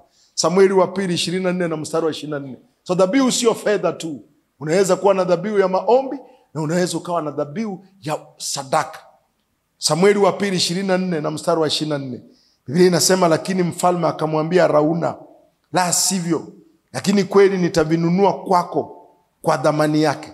Wala sitamtolea Bwana Mungu wangu sadaka za kuteketezwa nizizo zikaramia. Siwezi kumpatia Mungu wangu kisicho ni gharimu. Siwezi kumpa Mungu wangu kitu ambacho hakiniguzi. Hiki ndio kilimfanya Daudi. So unaposikia Mungu akiambia Suleiman, kama utatembea kwa njia za baba yako Daudi, nitakuimarisha. Daudi hizi ndio zilikuwa njia zake. Ikifika kumtolea Bwana, anamtolea Mungu kinachomgharimu. Kwani tofauti ya Abel na Kain ni nini? Watu wengi tuko hapa tunaishi katika kizazi cha Kain. Biblia inasema Kain akaenda akatafuta mazao yaliyosinyaa ya kawaida sana, akayaleta, moshi ukakataliwa. Lakini Abel akaenda kutafuta vilivyonona. Hiki ndiye alimletea Mungu wake, vitu vya dhamani, vitu vya gharama, anamtolea Mungu wake, moshi ukapanda. So unahitaji kumtolea Mungu once in a while, mara moja moja, kulingana na mapito yako, kulingana na hali yako. Mtolee Mungu kinachokugharimu. And then number 3, kuna dhabihu ya utumishi. The sacrifice of service. Kuna dhabihu ya utumishi. Nataka nikuonyeshe dhabihu ya utumishi inavyofanya. Sometimes fika mahala utumishi wako unakaa ni kama umepotea. Unakaa ni kama mtu mjinga. Yani ni kama unajidhalalisha. Sio kujidhalalisha mtu wa Mungu. Ni afadhali ujidhalalishe kwa Mungu ili akuinue. Ni kuonyeshe kinachosema hapa. Nataka uone ili andiko, kitabu cha Marko sura ya 5, mstari wa 22 hadi 25. Angalia dhabihu ya utumishi wa huyu Bwana, ambavyo inavyomfanyia, inavyomponya, inavyomuokoa. Biblia inasema akaja mtu mmoja katika wakuu wa sinagogi, jina lake Yairo. Huyu Yairo ni nani? Anasema akaja mtu mmoja katika wakuu wa sinagogi. So Yairo alikuwa kiongozi. Alikuwa kiongozi wa dini, ana daraja la juu sana, lakini amekuja kwa Kristo. Hata alipomuona akaanguka. Angalia huyu mtu na cheo chake, kaanguka mbele ya Yesu. Na cheo chake ni kama jaji mkuu, umeanguka. Ni kama hakimu mkuu, umeanguka. Kaanguka mbele ya Kristo bila kujali. Watu wanamuona, wanamjua Yairo. Akaanguka miguuni pake. Mstari unaofuata, tunaenda mpaka mstari wa 25. Anasema akamsihi sana akisema, binti yangu mdogo yu katika kufa. Yairo haibiki kujitambulisha na Kristo. Yairo haibiki kuwa karibu na Kristo. Haijalishi anapoteza sifa kiasi gani. Unaweza ukamtumikia Mungu na cheo ulichonacho. Una kacheo tu fulani hivi Mungu amekupandisha, wewe ni mkubwa too much. Huwezi ukafuta kiti, huwezi ukafagia kanisa, huwezi ukatumika popote. Hii ni kazi ya watoto, sisi unajua cheo. No sir. Tumika. Yairo anaporomoka mbele ya Kristo. Hawezi aangalie cheo chake, akaenda chini kifudifudi. Kasema, mwanangu, nini kimemleta kutumika njia hii? Mtoto wake anakufa. Angalia, hata uone katika kufa na kuomba uje. Rudisha juu. Na kuomba uje. Rudisha mstari wa 23 tafadhali. Na kuomba uje, uweke mkono wako juu yake, apate kupona na kuishi. Hivi anavyoongea Yairo anatembea kwa magoti. Amebomoka na cheo. And then angalia mstari wa 24. Mstari wa 24. Akaenda pamoja naye mkutano. Yairo haogopi kwenda na Kristo kwenye mkutano. Nani kuhani mkuu? Tembea na Kristo. Amejitambulisha na haibiki. Hiki ndio Yesu alikuwa anakipima kwake. Mkutano mkuu wakamfuata, wakimsonga. Anatembea na Yairo. Yairo hajazoea ya mazingira, unajua amezoea kukaa kwa kiyoyozi, lakini raundi hii amekuja kwa Kristo, amejitambulisha naye. Watu wengi wanasonga naye, ametulia ya kwamba hii nitalipa hii dhabihu mwanangu apone. Akaenda pamoja naye mkutano. Hebu nipatie mstari wa 25. Angalia hata kwenda naye. Anasema na mwanamke mmoja, Yairo akiwa njiani anaenda, anadhani Yesu anaenda naye kuponya mtoto. Yesu kakutana na mwanamke anatokwa na damu. Ameanza shughuli nyingine pale. Yairo amekauka tu pale. Anasema ni hivi, acha niaibike tu kwa ajili yake, hata nitukuze. Yesu alipoona hivi, akasema Yairo twende. Hivyo ndio alimfufua mwanae. Unaweza kujitambulisha kwa Bwana. Tulienda Shilo wakati mmoja. Tumeenda Shilo. And then mama mmoja akawa amekaa pale, anachukua sadaka. Yeye ndiye alikuwa anachukua sadaka, Asha. Mtu mmoja akanigonga. Akaniambia, unajua yeye anayechukua sadaka? Anachukua sadaka eneo letu. Kaambia simjui, simshirika. Mama tu anakaa kawaida, hana makuu. Huyo ndio vice chancellor wa Covenant University. Vice chancellor. Anachukua sadaka. Ndio mkuu wa chuo Covenant University. Wewe unaweza? Mkuu wa chuo hapa tutakutandikia carpet. Hawa watoto wadogo unawazapa makofi, mbona viti vichafu. Kanisa gani hili? Vice Chancellor. Mmoja wa watu tulienda naye akasema, bwana nataka nitafute choo. Nikamwambia nikupeleke, utapotea hapa. Chooni mahali tulienda tulikutana na gari moja Range Rover kubwa kweli. Walio chooni wameweka speaker. Anasema amen, jamaa ameshika dekio. Yule jamaa ni lecturer. Yuko chooni. Wewe unaweza wewe? Mbona hizi ni kazi za watoto wadogo? Wewe mwenyewe wewe ni mkubwa too much. Huna dhabihu kwa Mungu wako. Jitambulishe naye. Jitoe kwa Mungu wako. Kuwa wazi kwa Kristo wako. Na uone jinsi atakavyokupeleka. Naona akikupandisha katika jina la Yesu. Naona akikupandisha katika jina la Yesu. And then number 3. Is it number 3 au number 4? Jinsi ya kuangamiza changamoto. Namba ya mwisho. Jifunze kuchukua mamlaka dhidi ya hali unayopitia. Chukua mamlaka. Take authority. Kuna changamoto zingine hauziombei. Lazima uchukue mamlaka. Jifunze kuchukua mamlaka. Hakuna kitu utabadilisha kwa kusema unakililia tu. Hakuna kitu utakibadilisha kwa kusema unakieleza. Fika mahala baada ya kuomba, chukua mamlaka dhidi ya hali ulionayo. Na nitakuonyesha hapa kwa haraka ndani ya dakika 2 jinsi ya kuchukua mamlaka. Nisikilize. Shetani huwa haogopi kitu kingine. Shetani anaogopa mamlaka ulionayo. He fears the authority ambayo unayo. Lazima ujifunze kutumia mamlaka uliopewa, nafasi uliopewa. Mwana wa rais anaweza akalala njaa kama hatatumia mamlaka yake. Mwana wa rais anaweza akawa mabusu. Amekutana na askari, hawamjui. Hawajui ni mtoto wa nani. Hajitambulishi, hatoi kitambulisho na wamemsimamisha na amepitisha mwendo. Hawatamwacha kwa sababu itaandika hapa. Lazima atumie mamlaka yake. Watakapomsimamisha aseme samani, njoo. Mimi naitwa hivi. Ukisikia hilo jina kama utaki, ukiwa askari ukisikia hilo jina stuka sasa. Huyu ni mtoto wa mkuu. Sema ninawahi airport. Endelea kungangana hapa, hapana, lazima ulipe. Nakwambia subiri kidogo. Afu anachukua simu. Amepigia mama yake. Ongea na huyu. Hivi, au taharisha pale wewe? Kaongea na mamake. Mamake akasema, "Mwanangu vipi? Utafanyaje wewe?" Unatupa na kofia, Mungu nisamee. Haleluya. Unamwambia nipe ufunguo nikuendeshe. Lakini atalala pale kama ajui kutumia mamlaka aliyopewa. Atalala pale. Ndicho kinachofanyika kwa wana wa Mungu. Jifunze kutumia mamlaka uliyopewa. Yesu hata ikifika kwenye upande wa nguvu za giza, Mungu anataka utumie mamlaka. Nataka nikupe haya maandiko 4 uende uyasome wewe, yanayodhihirisha Mungu amekupa mamlaka. Number 1, Marko 16 kuanzia mstari wa 17 hadi 18. Nenda ulisome mwenyewe. Anasema, na ishara hizi zitawafuata hao waaminio. Kwa jina langu watatoa pepo. Si wataombea pepo, wanatoa. Wanatumia mamlaka yao. Marko 16:17 hadi 18. Namba 2, Yakobo sura 4 mstari wa 7. Basi mtiini Mungu, mpingeni shetani naye atawatoroka. Msimulilie shetani, mpinge. Ndio kuchukua mamlaka. Mpinge, mkemee, mkataze kabisa. Namba 3, andiko la 3. Kitabu cha Mathayo 18 na mstari wa 18. Amin nawaambia, yeyote mtakayofunga, sio mtakayoombea tu, funga magonjwa kwa nyumba yako. Mathayo 18:18. Funga ndoto fulani ambazo unaziota kila saa. Sifunge. Nafunga hili langu. Hii ndoto sitaki tena katika nyumba yangu kwa damu ya Yesu. Chukua mamlaka. And then mwisho nitakupa la mwisho hapa. Wakorintho wa pili sura ya 10 na mstari wa 5. Anasema tukiangusha mawazo na kila kilichoinuka dhidi yetu. Mawazo usiyaombee, yaangushe.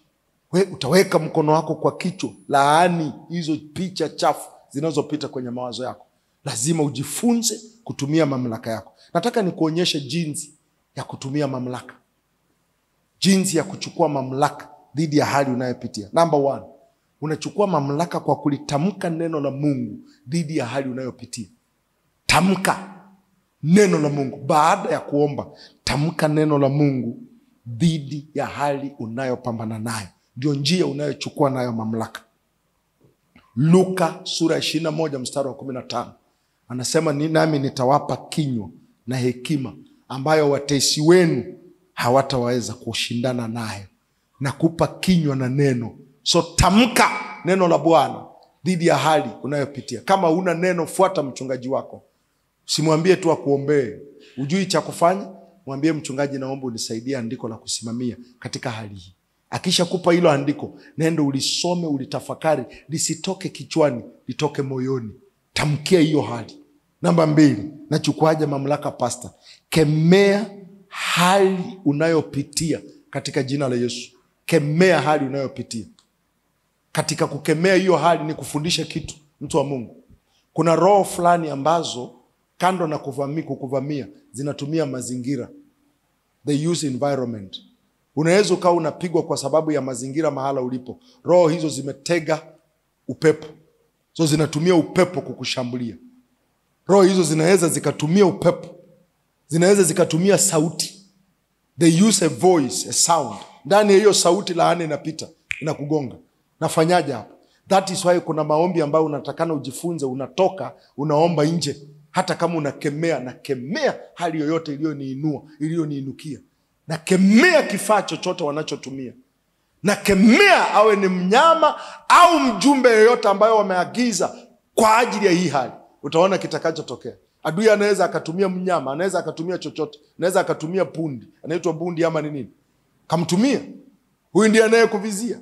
That's why Yesu anapotoka kwenye mtumbwi, ukiangalia kitabu cha Marko sura 4:37 hadi 39, Yesu anakemea, lakini hakemei tu. Anakemea nini? Aoni pepo ama nini? Yesu anakemea bahari. Adui alikuwa ametumia bahari kusafirisha changamoto. Unaona hii? Ikatokea dhoruba kuu ya upepo. Nataka uangalie hili andiko kwa umakini. Mawimbi yakapiga chombo hata kikaanza kujaa maji. Mstari unaofuata. Faster muda. Biblia inasema, naye mwenyewe alikuwepo katika shedri, amelala juu ya mto. Wakamwamsha, wakamwambia, mwalimu, si kitu kwako kuwa tunaangamia. Angalia alichofanya. Mstari wa 39. Ona anachofanya hapo. Akaamka, akaukemea upepo. Hili pepo lilikuwa linasafirishwa na upepo. Hapa ana deal na mazingira. Amechukua usukani. Akaiambia bahari. Unaona? Hashughuliki tu, anakemea upepo na anaiambia bahari, nyamaza, utulie. Upepo ukakoma, kukawa na shwari kuu. Unaona hapa? Hakuiombea. Upepo umekuja, hakuja kwamba rabashaka malabashanda ya paka. Watazama. Alipotoka nje akaona, tumevamiwa hapa. Chombo gani? Ndio sababu katika hiyo Zaburi ya 46 mstari wa 9 na 10 anasema avikomesha vita. Anakomeshaje? Achoma magari. Anavamia vifaa vyao, anachoma magari, nateketeza mkuki. So katika kukemea, sometime kuna watu ambao familia yako na nyumba yako inapitia mashambulizi. Jifunze, kwa sababu ni kwako na una ukuta, umefunga geti, ombea nje. Ombea nje, chukua mamlaka. Mungu, nakemea roho zozote ambazo zimeagizwa kuvamia watu wa nyumba yangu. I rebuke it in the name of Jesus. Nachukua mamlaka dhidi ya anga, nachukua mamlaka dhidi ya inji, nachukua mamlaka dhidi ya bahari. Ninatangaza mkono wa Mungu ndani, tulia kwa ajili yangu katika jina la Yesu. Itakata. Hiyo pepo haikuwa na kitu chochote kukuhusu, but ilipata nafasi tu. Namba 3. Jifunze kufunga. Unatumiaje mamlaka? Funga roho zozote ambazo zipo nyuma ya hali yako. Funga roho zozote ambazo zipo nyuma ya hali yako. Hii ndio njia ambayo unatumia mamlaka yako. Bind them. Hii uiombei. Na funga kila roho. Nao nisikilize, utajuaje roho ambayo iko nyuma ya hali yako? Tumia tatizo unalolipitia. Itumie hiyo kama jina la hiyo roho. Unaumwa na tumbo? Tumia hiyo hali. Wewe roho ya kuumwa na tumbo, na kufunga kwa jina la Yesu. Wala usingoje roho akitaka kukufunulia, sawa. Tumia hiyo hali ulionayo kama ndio wewe roho ya kukataliwa ambaye unainua watu wanikatae, na kufunga katika jina la Yesu. Unatumia jina la hali hiyo, ndio hiyo roho. Una uwezo wa kujua mapepo yaliyo ndani ya mwenda wazimu. kwa tabia anazozifanya, kwa vitu anavyovifanya. Kuna wengine ambayo hizo roho zinampeleka kwenye compost, mahali pa uchafu. Kuna wengine hiyo roho inamkimbiza tu. Kuna mwingine hiyo roho inamfanya yani ni wa kupigana tu, anapigana, akikosa mtu anapiga miti, anapiga magari. Hiyo ni roho ya fujo imo ndani yake. So unafunga roho iliyo nyuma. Mathayo 12:29. You bind it. Unafunga hiyo roho. Mathayo 12:29. Anasema, ama awezaje mtu kuingia ndani ya nyumba ya mtu mwenye nguvu na kuvitega vyombo vyake, asipomfunga kwanza yule mwenye nguvu. Nyuma ya tatizo lako kuna mwenye nguvu. Pastor, mwenye nguvu ni nani? Mwenye nguvu ni roho inayoendesha tatizo lako, roho inayosimamia mapigo yako. Hiyo ndio inaamrisha zingine, piga hapa, chukua hiki, fungie huo mlango. So usingangane na zile, mfunge huyu. Ni roho ambayo inaendesha tatizo lako, mfunge. Umepewa mamlaka, ndio haya hapa, yatumie sasa. And then number 4, natumiaje mamlaka yangu pastor? Haribu kazi zake. Destroy the works of the enemy. Haribu kazi zake. Haijalishi ametumia nini, ametumia dhabihu, ametumia sadaka, ametumia kafara. Unapoinua sauti yako, haribu kazi zake. Kuna silaha ya uharibifu ambayo inaachiliwa na damu ya Yesu Kristo. Ndio sababu anasema walimshinda kwa damu ya mwana kondoo. Kitabu cha waraka wa kwanza Yohana sura ya 3 na mstari wa 8. Hivi ndio unaachilia mamlaka ulionao. Tumia mamlaka yako, haribu kazi za ibilisi. Na mwisho namba 5. Natumiaje mamlaka yangu pastor? Natumiaje mamlaka yangu? Simamia msalaba au kazi ya msalaba ili umweke adui kwenye aibu. Tumia kazi ya msalaba. Na kuonyesha hapa saa hii jinsi ya kutumia kazi ya msalaba. Hivi vitu visikukose. Alikataliwa ili nikubalike. Hiyo ndio kazi ya msalaba. Alipigwa ili nipone. Alikufa ili niishi. Hiyo ndio inaitwa kazi ya msalaba. Alifanywa maskini ili nitajirike. Aliaibika ili nitukuzwe. Hii haitakikani ikose kwako. Kila kitendo ambacho Yesu alikifanya kwa niaba yako. So hiyo ndio kazi ya msalaba, na hiyo ndio inayomseta shetani chini ya mguu wako. Unamnyamazisha kabisa. Tumia kazi ya msalaba kujigamba katika Bwana. Aliteswa ili niweze kufurahia maisha yangu. Kwa hivyo nakataa mateso.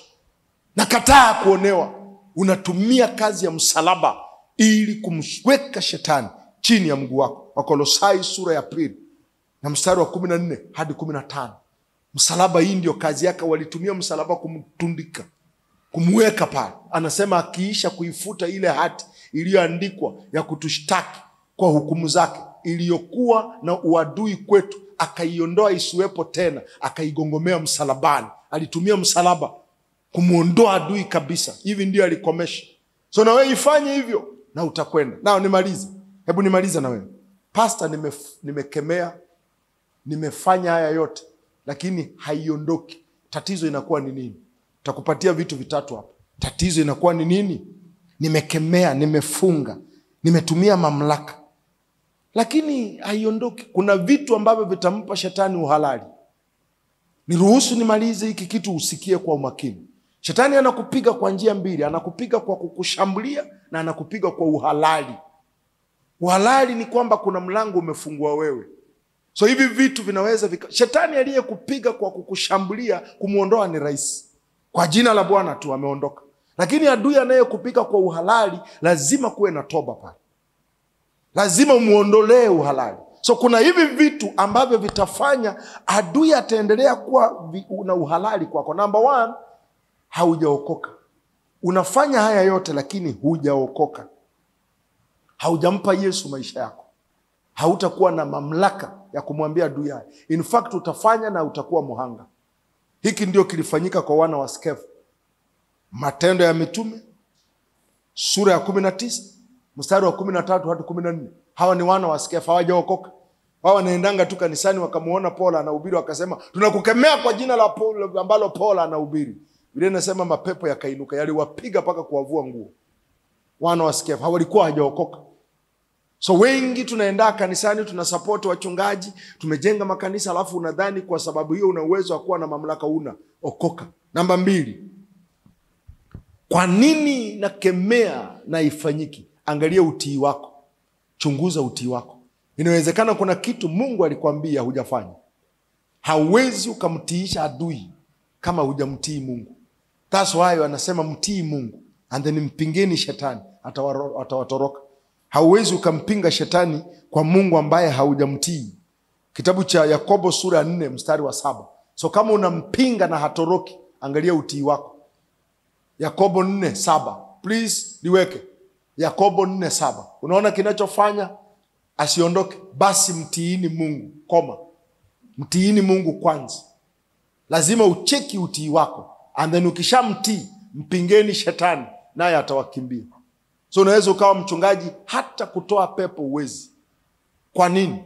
Utii wako sio mzuri. Hauna utii kabisa. Na kwa sababu hii huna mamlaka ya kumwamrisha mtu yoyote. Kila mwana wa Mungu una uwezo wa kulitoa pepo wakati wowote kwa jina lake. Lakini kwa nini unaweka mkono litoka alitoki? Hauna utii. Mtiini Mungu kwanza and then mpinge shetani naye atakutoroka. And then namba 3. So chunguza utii wako. Kama kuna kitu Mungu alikwambia ufanye hujafanya, either umuomba akusamehe ama kifanye, rekebisha. But namba 3 na ya mwisho, kwa nini pastor nakemea, nafunga na aliondoki? Angalia utakazo wako. Angalia utakazo wako kwa Mungu. Unajichafua sana. Kuna vitu unajihusisha ndani ambavyo vinachafua vazi lako mbele za Mungu. Inawezekana umejihusisha katika chuki, umejihusisha katika machungu, umejihusisha katika hali ya kuchukia, huna msamaha, unajihusisha katika dhambi, una uzinzi ambao unahusika nao. Hautakuwa na mamlaka. Hii yote inapooza mamlaka yako katika Bwana. Zakaria sura ya 3 mstari wa 1 hadi 3. Ukiangalia hapo unaona picha. Kwa nini Zakaria yupo mbele za Mungu na shetani amemng'ang'ania mkono wake wa kuume? Jibu liko pale. Zakaria sura ya 3 mstari wa 1 hadi wa 3. Hii ndio sababu Zakaria anajaribu kuondoa adui haondoki. Kisha akanionyesha Yoshua kuhani mkuu na Yoshua samani amesimama mbele ya malaika wa Bwana, na shetani amesimama kwenye mkono wake wa kuume ili kushindana naye. Kwa nini shetani anashindana na kuhani na amuachi? Yuko kwenye uwepo wa Mungu. Shetani amesema wewe sali, lakini mimi siondoki. Ana uhalali. Nataka nikuonyeshe uhalali wake. Mstari wa 2 anasema, Bwana akamwambia shetani, Bwana na akukemee ewe shetani. Naam, Bwana aliyechagua Yerusalemu akakemee. Hiki si kinga kilichotolewa motoni? Huyu Yoshua alikuwa amepoa kiroho. Alianza kufanyia vitu vya Mungu mzaha. Alikuwa hayuko serious na Mungu. Ni kuhani lakini anamzaha na kazi ya Mungu. Hatumiki kama kuhani. Angalia kilichompata. Mstari wa 3. Yoshua alikuwa amevaa nguo chafu. Sio kwamba shetani alimvalisha, alivaa mwenyewe. Biblia inasema Yoshua alikuwa amevalishwa nguo chafu. Yoshua alikuwa amevaa nguo chafu sana, naye alikuwa akisimama mbele za Mungu. Ni kuhani lakini ana uchafu. Ni kuhani lakini anajihusisha na uzinzi, anajihusisha na utapeli, anajihusisha na uongo. Adui akamvaa. Adui akakaa mkononi mwake. Ili hiki kitoke, mstari wa 4 unasema, Mungu akasema mbadilisheni vazi huyu mtu, atoe huo uchafu. Yoshua akalitoa. Naye huyo akajibu akamwambia wale waliosimama mbele yake akisema, mvueni nguo hizi zenye uchafu. Kisha akamwambia yeye, tazama nimekuondolea uovu wako. Lazima uovu uondoke ndio shetani akuachie. Imarisha utakazo wako. Umeokoka, unatumika, lakini unajihusisha sana na uzinzi. Usidhani utanichafua mimi, unajichafua wewe.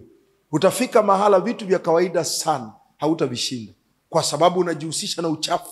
Madhabahu hayachanganywi na uchafu. Na yakianza kuchafuliwa, badala ya chafuki, yanajifunga, yanakusukuma, utaingia katika tatizo ambalo utashindwa kutoka. Jitakaze brother. Umepata nafasi ya utumishi, wewe ni mchungaji, jitakaze. Kuna vitu ambavyo huwezi kujihusisha navyo kama mtumishi. Jitakaze maisha yako. That's why Yoshua anasema, mimi na nyumba yangu nitamtumikia Bwana. Kama umeamua kumtumikia Mungu, mtumikie tu. Kama umeona una nafasi ya kumtumikia Mungu, nenda tu mtumikie chenye unataka, hawajakulazimisha. Lakini kujichanganya na Mungu hapa, mguu mmoja ndani, mguu mwingine unajiuza. Mguu mmoja ndani, mguu mwingine unatembea na vinyago, una mganga pembeni. Mungu asipofanya, mganga atafanya. Hautajua jinsi utapigwa. Jitakaze mtu wa Mungu, usimpe shetani uhalali. Simama tafadhali. Wangapi wamebarikiwa hapa? Wangapi Mungu amewaponya hapa? Umepata neno la Mungu ambalo linakusaidia ili ujue cha kufanya. Tumia mamlaka ulionayo. Lakini njia ya mamlaka, jitakaze. Unachafua nguvu za Mungu kwa sababu Mungu anajitoa. Anatoa nguvu zake ili ieleweke ni nani aliyefanya. Ukijichanganya haijulikani ni Mungu au ni shetani. And that's why wengi wamefungua milango katika maisha yao kwa kujichanganya. Watu ambao mnaimba kwa madhabahu hapa, usije ukacheza hapa. Haya ni madhabahu. Hili ni lango la uponyaji la watu. Ukitaka uzinzi, toka kwenye uimbaji. Nenda ufanyie kule. Hii inaua hii. Na sio kwamba itakuua tu wewe kuwe kuangusha hapa. Inaanza kuua hatima yako. Jitakaze umtumikie Mungu. Usije ukadhani ya kwamba hapa ulipo hawajui. Hatuhitaji kujua. Hatuhitaji. Yoshua alipovaa vazi chafu, hakuna kuhani mwenzake aliyejua. Alifanya mwenyewe, lakini angalia alichokikuta. Shetani amekaa kwa mkono wake wa kuume, anaharibu chochote anachokishika. So jitakaze mtu wa Mungu, mtumikie Mungu. Umeitwa kama mchungaji, pastor, acha kujichanganya. Jitakaze. Mtumikie huyu Mungu. Acha hizi kona kona, kufatafata watu, kuwatapeli kwa jina la uchungaji. No, go straight. Nimetembea naye miaka 30. Sijaiba cha mtu, sijatanganya mtu, na sifuati mtu. Lakini nikwambie kitu, amenibariki sana. Na anaweza. Naambia mabinti hapa nisikilize, mimi nakuambia mimi. Yaani nikikufuata na uone tu dalili ya kwamba nakutongoza, toka kwa hili kanisa. Mimi ni baba yako. Kulala na wewe ni kukulaani moja kwa moja. Nimekuua. Sio kwamba nimekusaidia, hakuna raha pala, hakuna starehe, umekufa. Unaweza ukapata hela kidogo ukaenda kununua nguo mpya, lakini unatembea kufa. Yaani hicho kitu hakilipi. Hakuna kitu ambacho nitakihitaji ambacho siwezi nikakipata. Tutakaze madhabahu ili nguvu za Mungu zionekane. Tujitakaze ili huyu Mungu aanze kutenda katika maisha yetu. Nini hiki ambacho vipepo vidogo vidogo vimekushinda, hata kutoa tu kipepo la mafua uwezi? Yaani mafua yanakwenda full mpaka kamasi linatondoka. Huwezi kutoa kwa sababu ya kujichanganya. Uongo mwingi, chuki nyingi, hasira nyingi, makwazo mengi. Ukisimama toka, inasema unatoa nani wewe? Unatoa nani? Toka kwa jina la Yesu ambaye Pastor George anahubiri. Kulima kofi pale. Inua sauti yako, mwambie Baba, napokea neema ya kutembea katika utakazo, ya kutembea katika ushindi, ya kutembea katika uponyaji. Inua sauti yako mtu wa Mungu, pokea hiyo neema ya kujitakaza katika jina la Yesu Kristo. Somebody unaweza ukaomba unajua. Somebody unaweza ukataja hilo jina na ukatoka katika hicho kifungo katika jina la Yesu Kristo. Mwambie Baba, napokea neema hii katika jina la Yesu Kristo. Asante Baba. Nao nikupe tufanyie zoezi tulichojifunza. Angalia maisha yako. Kuna mahali popote ambapo umeona mchezo wa ibilisi anapita sana kwenye maisha yako, anavuruga vitu vyako? Nataka utumie mamlaka ulio nayo. Mfunge. Mkemee. Mwambie achia maisha yangu. Maybe ni uchumi wako, maybe ni afya yako, maybe ni ndoa yako. Ongea ni kama unaongea na mtu anayekusikiliza. Mwambie nasimama mbele zako kwa jina la Yesu Kristo aliye hai, na kwa mamlaka ya jina lako, achia jina lake, achia maisha yangu. Achia hatima yangu ifunguke, lazima niolewe. Inua sauti yako. Achia biashara yangu, lazima inawiri. Inua sauti yako mtu wa Mungu. Tumia mamlaka ulionayo. Tumia mamlaka uliopewa. Una dakika 2 tu kufanya hiki ninachokufunza. Tumia mamlaka ulionayo. Angalia afya yako. Hauruhusiwi kuondoka hapo ukiwa mgonjwa unless umeruhusu mwenyewe. Hauruhusiwi kuondoka hapo ukiwa na hali ulionayo. Yatumie mamlaka ulionayo. Una mtoto wako, sema ni kana kwamba unasema na mtoto aliye hapa. Mvute kwa madhabahu. Sema na maisha yake, ambia adui, achia mwanangu, achia mwanangu katika jina la Yesu Kristo. Ewe roho la ulevi, mwachie. Ewe roho ya uongo, mwachie. Ewe roho ya hasira, mwachie. Inua sauti yako, mtu wa Mungu. Una uwezo wa kutumia mamlaka ulio nayo. Una uwezo wa kutumia nguvu hii ambayo Bwana amekupa. Imo ndani yako, imo na wewe, ipo juu yako, inatenda kazi saa yoyote utakapoiachia. Usiruhusu fedha zako ziwe na panda shuka. Tumia mamlaka uliopewa. Mfunge huyo roho wa umaskini, mfunge huyo roho wa ukame ambaye anakausha chochote, anakausha kila fursa juu yako. Mwambie leo hii na kuamrisha, achia katika jina la Yesu Kristo. Somebody inua sauti yako, inua sauti yako. Huyu roho wa kukunyanyasa, that frustrating spirit ambaye anaagizwa ili akukatishe tamaa, tumia mamlaka uliopewa. Ewe roho ya kuninyanyasa, roho ya kunikatisha tamaa, na simama kwa mamlaka ya jina la Yesu. Dakika hii toka kwenye maisha yangu. Inua sauti yako, usiliombee. Simama kama mfalme, simama kama mwana wa Mungu aliyepewa mamlaka, simama kama mwana wa Mungu uliyepewa amri. Anasema, tazama nakupa amri, nakupa amri, sio ya kubembeleza, ya kukanyaga nge, ya kukanyaga na nyoka na hizo nguvu zote za yule mwovu, na hakuna kinachoruhusiwa kukudhuru. Tumia haya mamlaka, mtu wa Mungu, katika jina la Yesu Kristo. Mshale wowote ambao umekuingia, inua sauti yako, tumia hayo mamlaka. Waambie huo mshale, zima katika jina la Yesu, na kuzima katika jina la Yesu. Umepatwa na mshale wa udhaifu, umepata na mshale wa ugomvi katika ndoa, umepigwa na mshale wa malumbano, chochote mnachofanya mwelewani, chukua mamlaka katika jina la Yesu Kristo. Take authority, command that arrow to quench now, now by the blood, now in the name of Jesus.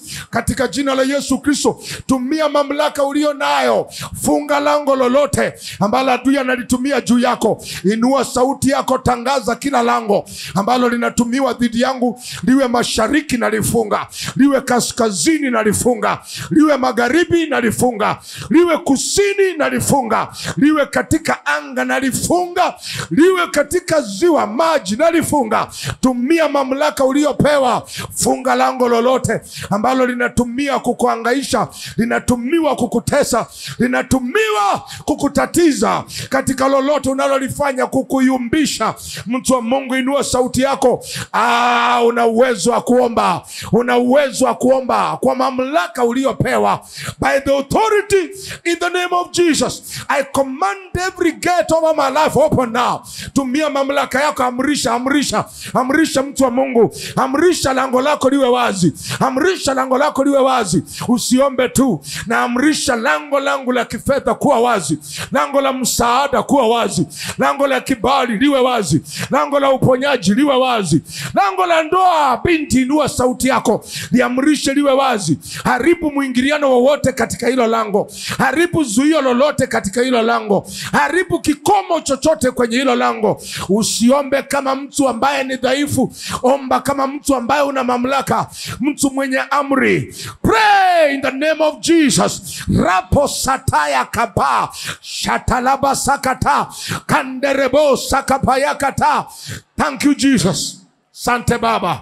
Nimesukumwa na Bwana, nataka uombe hiki kitu dakika moja tu. Nataka ujiombee, ikiwezekana jiwekee mkono, na utasema, nasambaratisha mtandao wowote wa ibilisi juu ya maisha yangu. Chochote kinachokuunganisha na mizimu, kinachokuunganisha na madhabahu yao, kinachokuunganisha na malango ya uovu, sambaratisha kila mtandao. Anasema kwa kusudi hili huyu mwana wa Mungu alidhihirishwa kwa haribu kazi zote.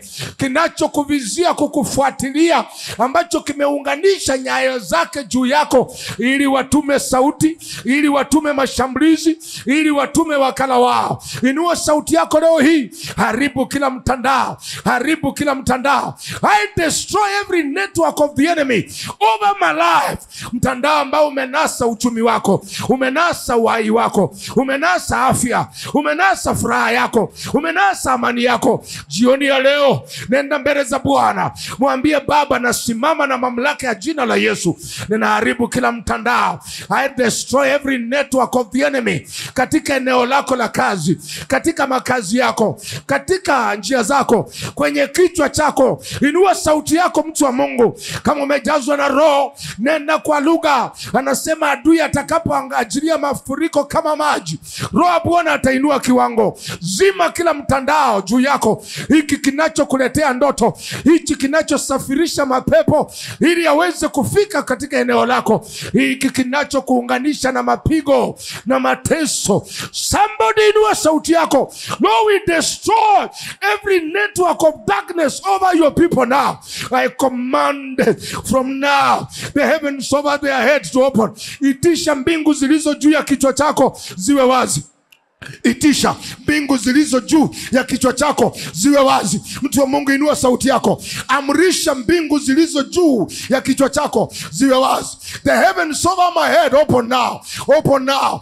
Open now by the power in the name of Jesus. Mbingu zilizo juu ya kichwa chako ambazo zimekamata fahamu, zimekamata maono, zimekamata macho yako ya ndani. Hauwezi ukaona, hauwezi ukaisikia sauti ya Bwana, hauwezi ukapata msaada. Inua sauti yako. Amrisha mbingu zilizo juu ya kichwa chako zifunguke leo. I command the heavens over my head. Heavens over my head. Heavens over my head. Heavens over my head. Open now in the name of Jesus. Asante Baba. Sikiliza, hili ombi litakusaidia. Kuna watu ambao wako hapa, unaitwa, unasikia kabisa wanaita jina lako na wanakuita kutoka kijijini. Na ndio sababu wanakuotesha ndoto. Umerudi kwa darasa ambalo ulisoma, umerudi kwa kijiji ambacho ulizaliwa, umerudi kwa eneo ambalo ulitoka ndani. Nataka utumie damu ya Yesu na uamrisha na nyamazisha kila sauti inayoniita, na nyamazisha kila sauti inayoniita kutoka kwa madhabahu yoyote, yawe kijijini, yawe mjini, yawe mtaani. Somebody silence every voice of the enemy. Sauti yoyote. Anasema tumekuja katika mlima Zayuni, tumekuja kwa damu ya kunyunyiza ambayo inanena mema. Damu hii na sauti, mtu wa Mungu, inanena mema. Leo hii inua sauti yako, achilia sauti ya damu ya Yesu Kristo. Inazima kila sauti inayokuita kijijini, inayokuita kwa matukio ambayo ulishatoka ndani, inakuita kwa mateso ambayo ulishapita, inakupita katika hali ambazo tayari ulishatoka ndani. Release the voice of the blood. Achilia sauti ya damu ya Yesu Kristo kunyamazisha roho za makaburini, roho za mitaani, roho za njia panda, roho za majini, roho za kapayata ya shetelebosa reposaka paradia shende shakapayakata.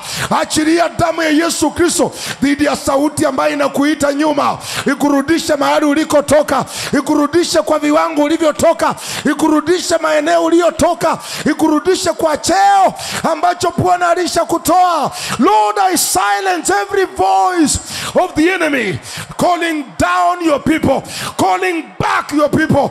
I silence it now. I release the blood. I release the voice of the blood. Itisha damu ya Yesu. Itisha sauti ya damu ya Yesu Kristo. Asante Baba. Asante Mungu wetu. Imetendeka. Na kutangazia imetendeka. Nasema imetendeka. Na kutabiria imetendeka. Kuanzia leo unapiga hatua mbele katika jina la Yesu. Zuio lililokuwa juu yako linaondolewa katika jina la Yesu. Kizuizi na pingamizi za kiroho zinabomolewa katika jina la Yesu. Leo inakutuma kama mtumishi wa Mungu. Nenda uwe na kibali katika jina la Yesu. Nenda utembee kwa baraka katika jina la Yesu. Nenda uinuke katika jina la Yesu. Nenda unawiri katika jina la Yesu. Nenda utanuke katika jina la Yesu. Nenda uvuke katika jina la Yesu. Nasimama kwa nafasi yangu kama kuhani. Ninanena na watu kadhaa hapa ambao imeapwa ya kwamba hawawezi wakafanikiwa. Ninatengua hicho kiapo juu yako. Utafanikiwa katika jina la Yesu. Na unafanikiwa katika jina la Yesu. Na umefanikiwa katika jina la Yesu. Nisikilize, chochote ambacho adui amechukua kutoka kwako na amekificha kwa madhabahu yoyote mahala popote, ninaachilia neno la Bwana ndani ya hizi siku 7 unazoingia ndani. Marejesho katika jina la Yesu. Marejesho katika jina la Yesu. Marejesho katika jina la Yesu. Pokea marejesho katika jina la Yesu. Vitu vilivyoshindikana nenda viwezekane katika jina la Yesu. Vitu vilivyokaa vigumu nenda viwe vyepesi katika jina la Yesu. Mahali ulikataliwa nenda ukubaliwe katika jina la Yesu. Nenda upewe katika jina la Yesu. Na kushangilia, maana ushindi wako umeanza katika jina la Yesu. Karibu katika majira mapya. Karibu katika awamu mpya. Karibu katika mwanzo mpya. Kusudi la ibilisi limeondoka. Nenda utembee kwa kusudi la Bwana. Asante Baba, katika jina la Yesu Kristo tumeomba. Na leo hii ndio tumefika mwisho wa siku 3 za mfungo. Kuna mtu hatima inazaliwa hapa. Lango linazaliwa hapa. Kuna kijana fursa yako inazaliwa leo. Nasema fursa yako inazaliwa leo. Alisema atakupa hazina za siri zilizofichwa kwako na kutuma kama mchungaji wako. Nenda upate hazina za siri katika jina la Yesu. Mme wako ambaye wameficha, mme wa ujana wako, mme wa hatima yako, ya kwamba usiwahi mpata, ninakutangazia nenda upewe katika jina la Yesu. Mfuniko juu yako unakuachia katika jina la Yesu. Baba, asante kwa sababu umefanya. Funga macho yako, inamisha kichwa chako. Hujaokoka, hujamkubali Yesu, nafasi ndio hii. Mahali popote ulipo hujaokoka, inua mkono wako nikusaidie.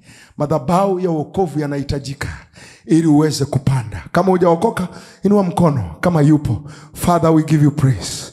Father, we worship you.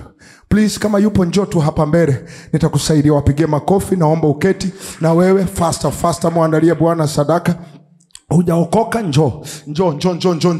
Unataka kujenga madhabahu ya wokovu ambayo yatakusaidia kuvuka, yatakusaidia kutoka, yatakusaidia kusimama.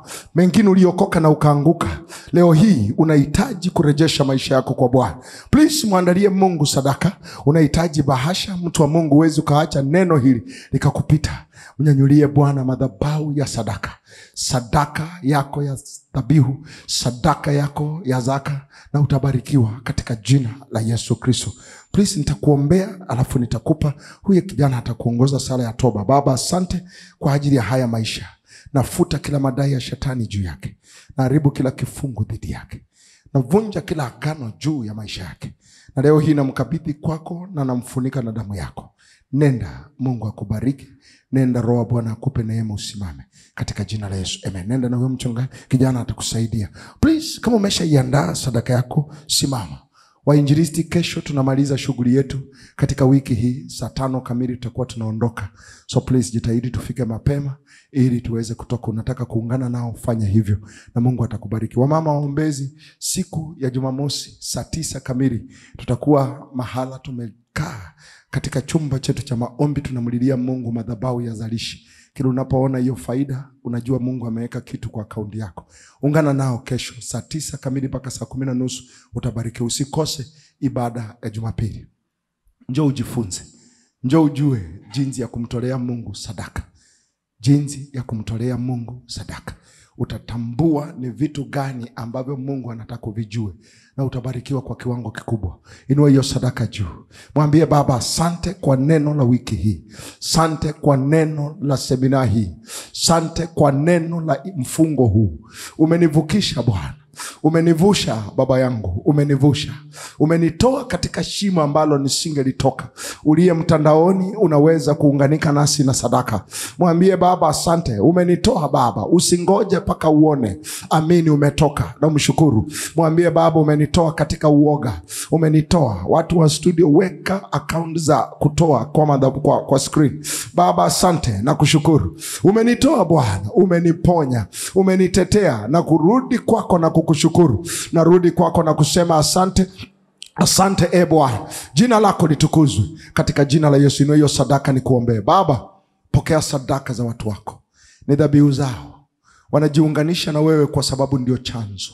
Mungu wabariki na uwainue. Wacha mfungo huu uwe historia katika maisha yao, ya kwamba Mungu wao alishuka akawafunza na akawapigania. Baba, asante kwa kufanya. Tunashiriki meza ya Bwana, na katika meza hii naitangaza kuwa meza ya kufunguliwa. Yeyote aliyeingia na kifungo chochote mahali hapa, hauondoki nacho tena katika jina la Yesu. Meza ya kukomesha madhabahu yoyote yanayokupiga vita, na yainua meza hii kama madhabahu ya Kalvari. Kila madhabahu ya familia, ya ukoo yanayompata mtu fulani hapa, yananyamazishwa katika jina la Yesu. Asante kwa kufanya katika jina la Yesu Kristo. Unapoenda, Mungu akutangulie katika jina la Yesu. Baraka za Bwana ziwe juu yako katika jina la Yesu. Bwana akuneemeshe katika jina la Yesu. Ingia katika mwezi huu, nenda umiliki katika jina la Yesu. Nenda ushinde katika jina la Yesu. Nenda upewe kibali katika jina la Yesu. Wacha tushiriki wema na fadhili kwa pamoja. Hakika tatufuata sisi sasa na hata milele. Amen. Ubarikiwe na Bwana. Njoo ushiriki meza ya Bwana, mtolee Bwana sadaka, and then nenda nyumbani. Walio mtandaoni, namba za kutoa sadaka ndio zile pale. Unaweza kuituma sadaka yako na utabarikiwa kwa kiwango kikubwa. Kwaya. Amen.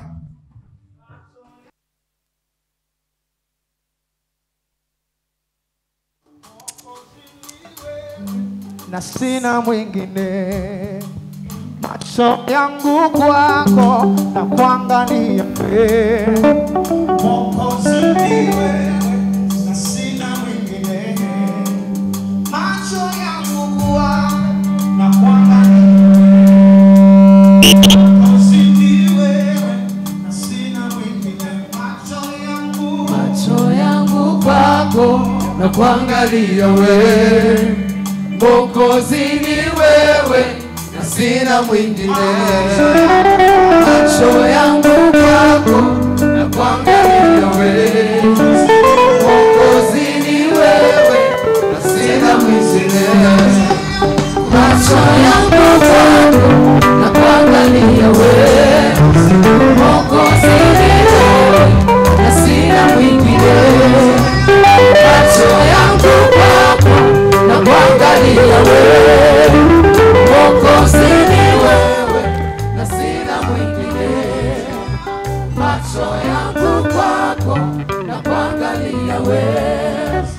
Mwokozi ni wewe, na sina mwingine.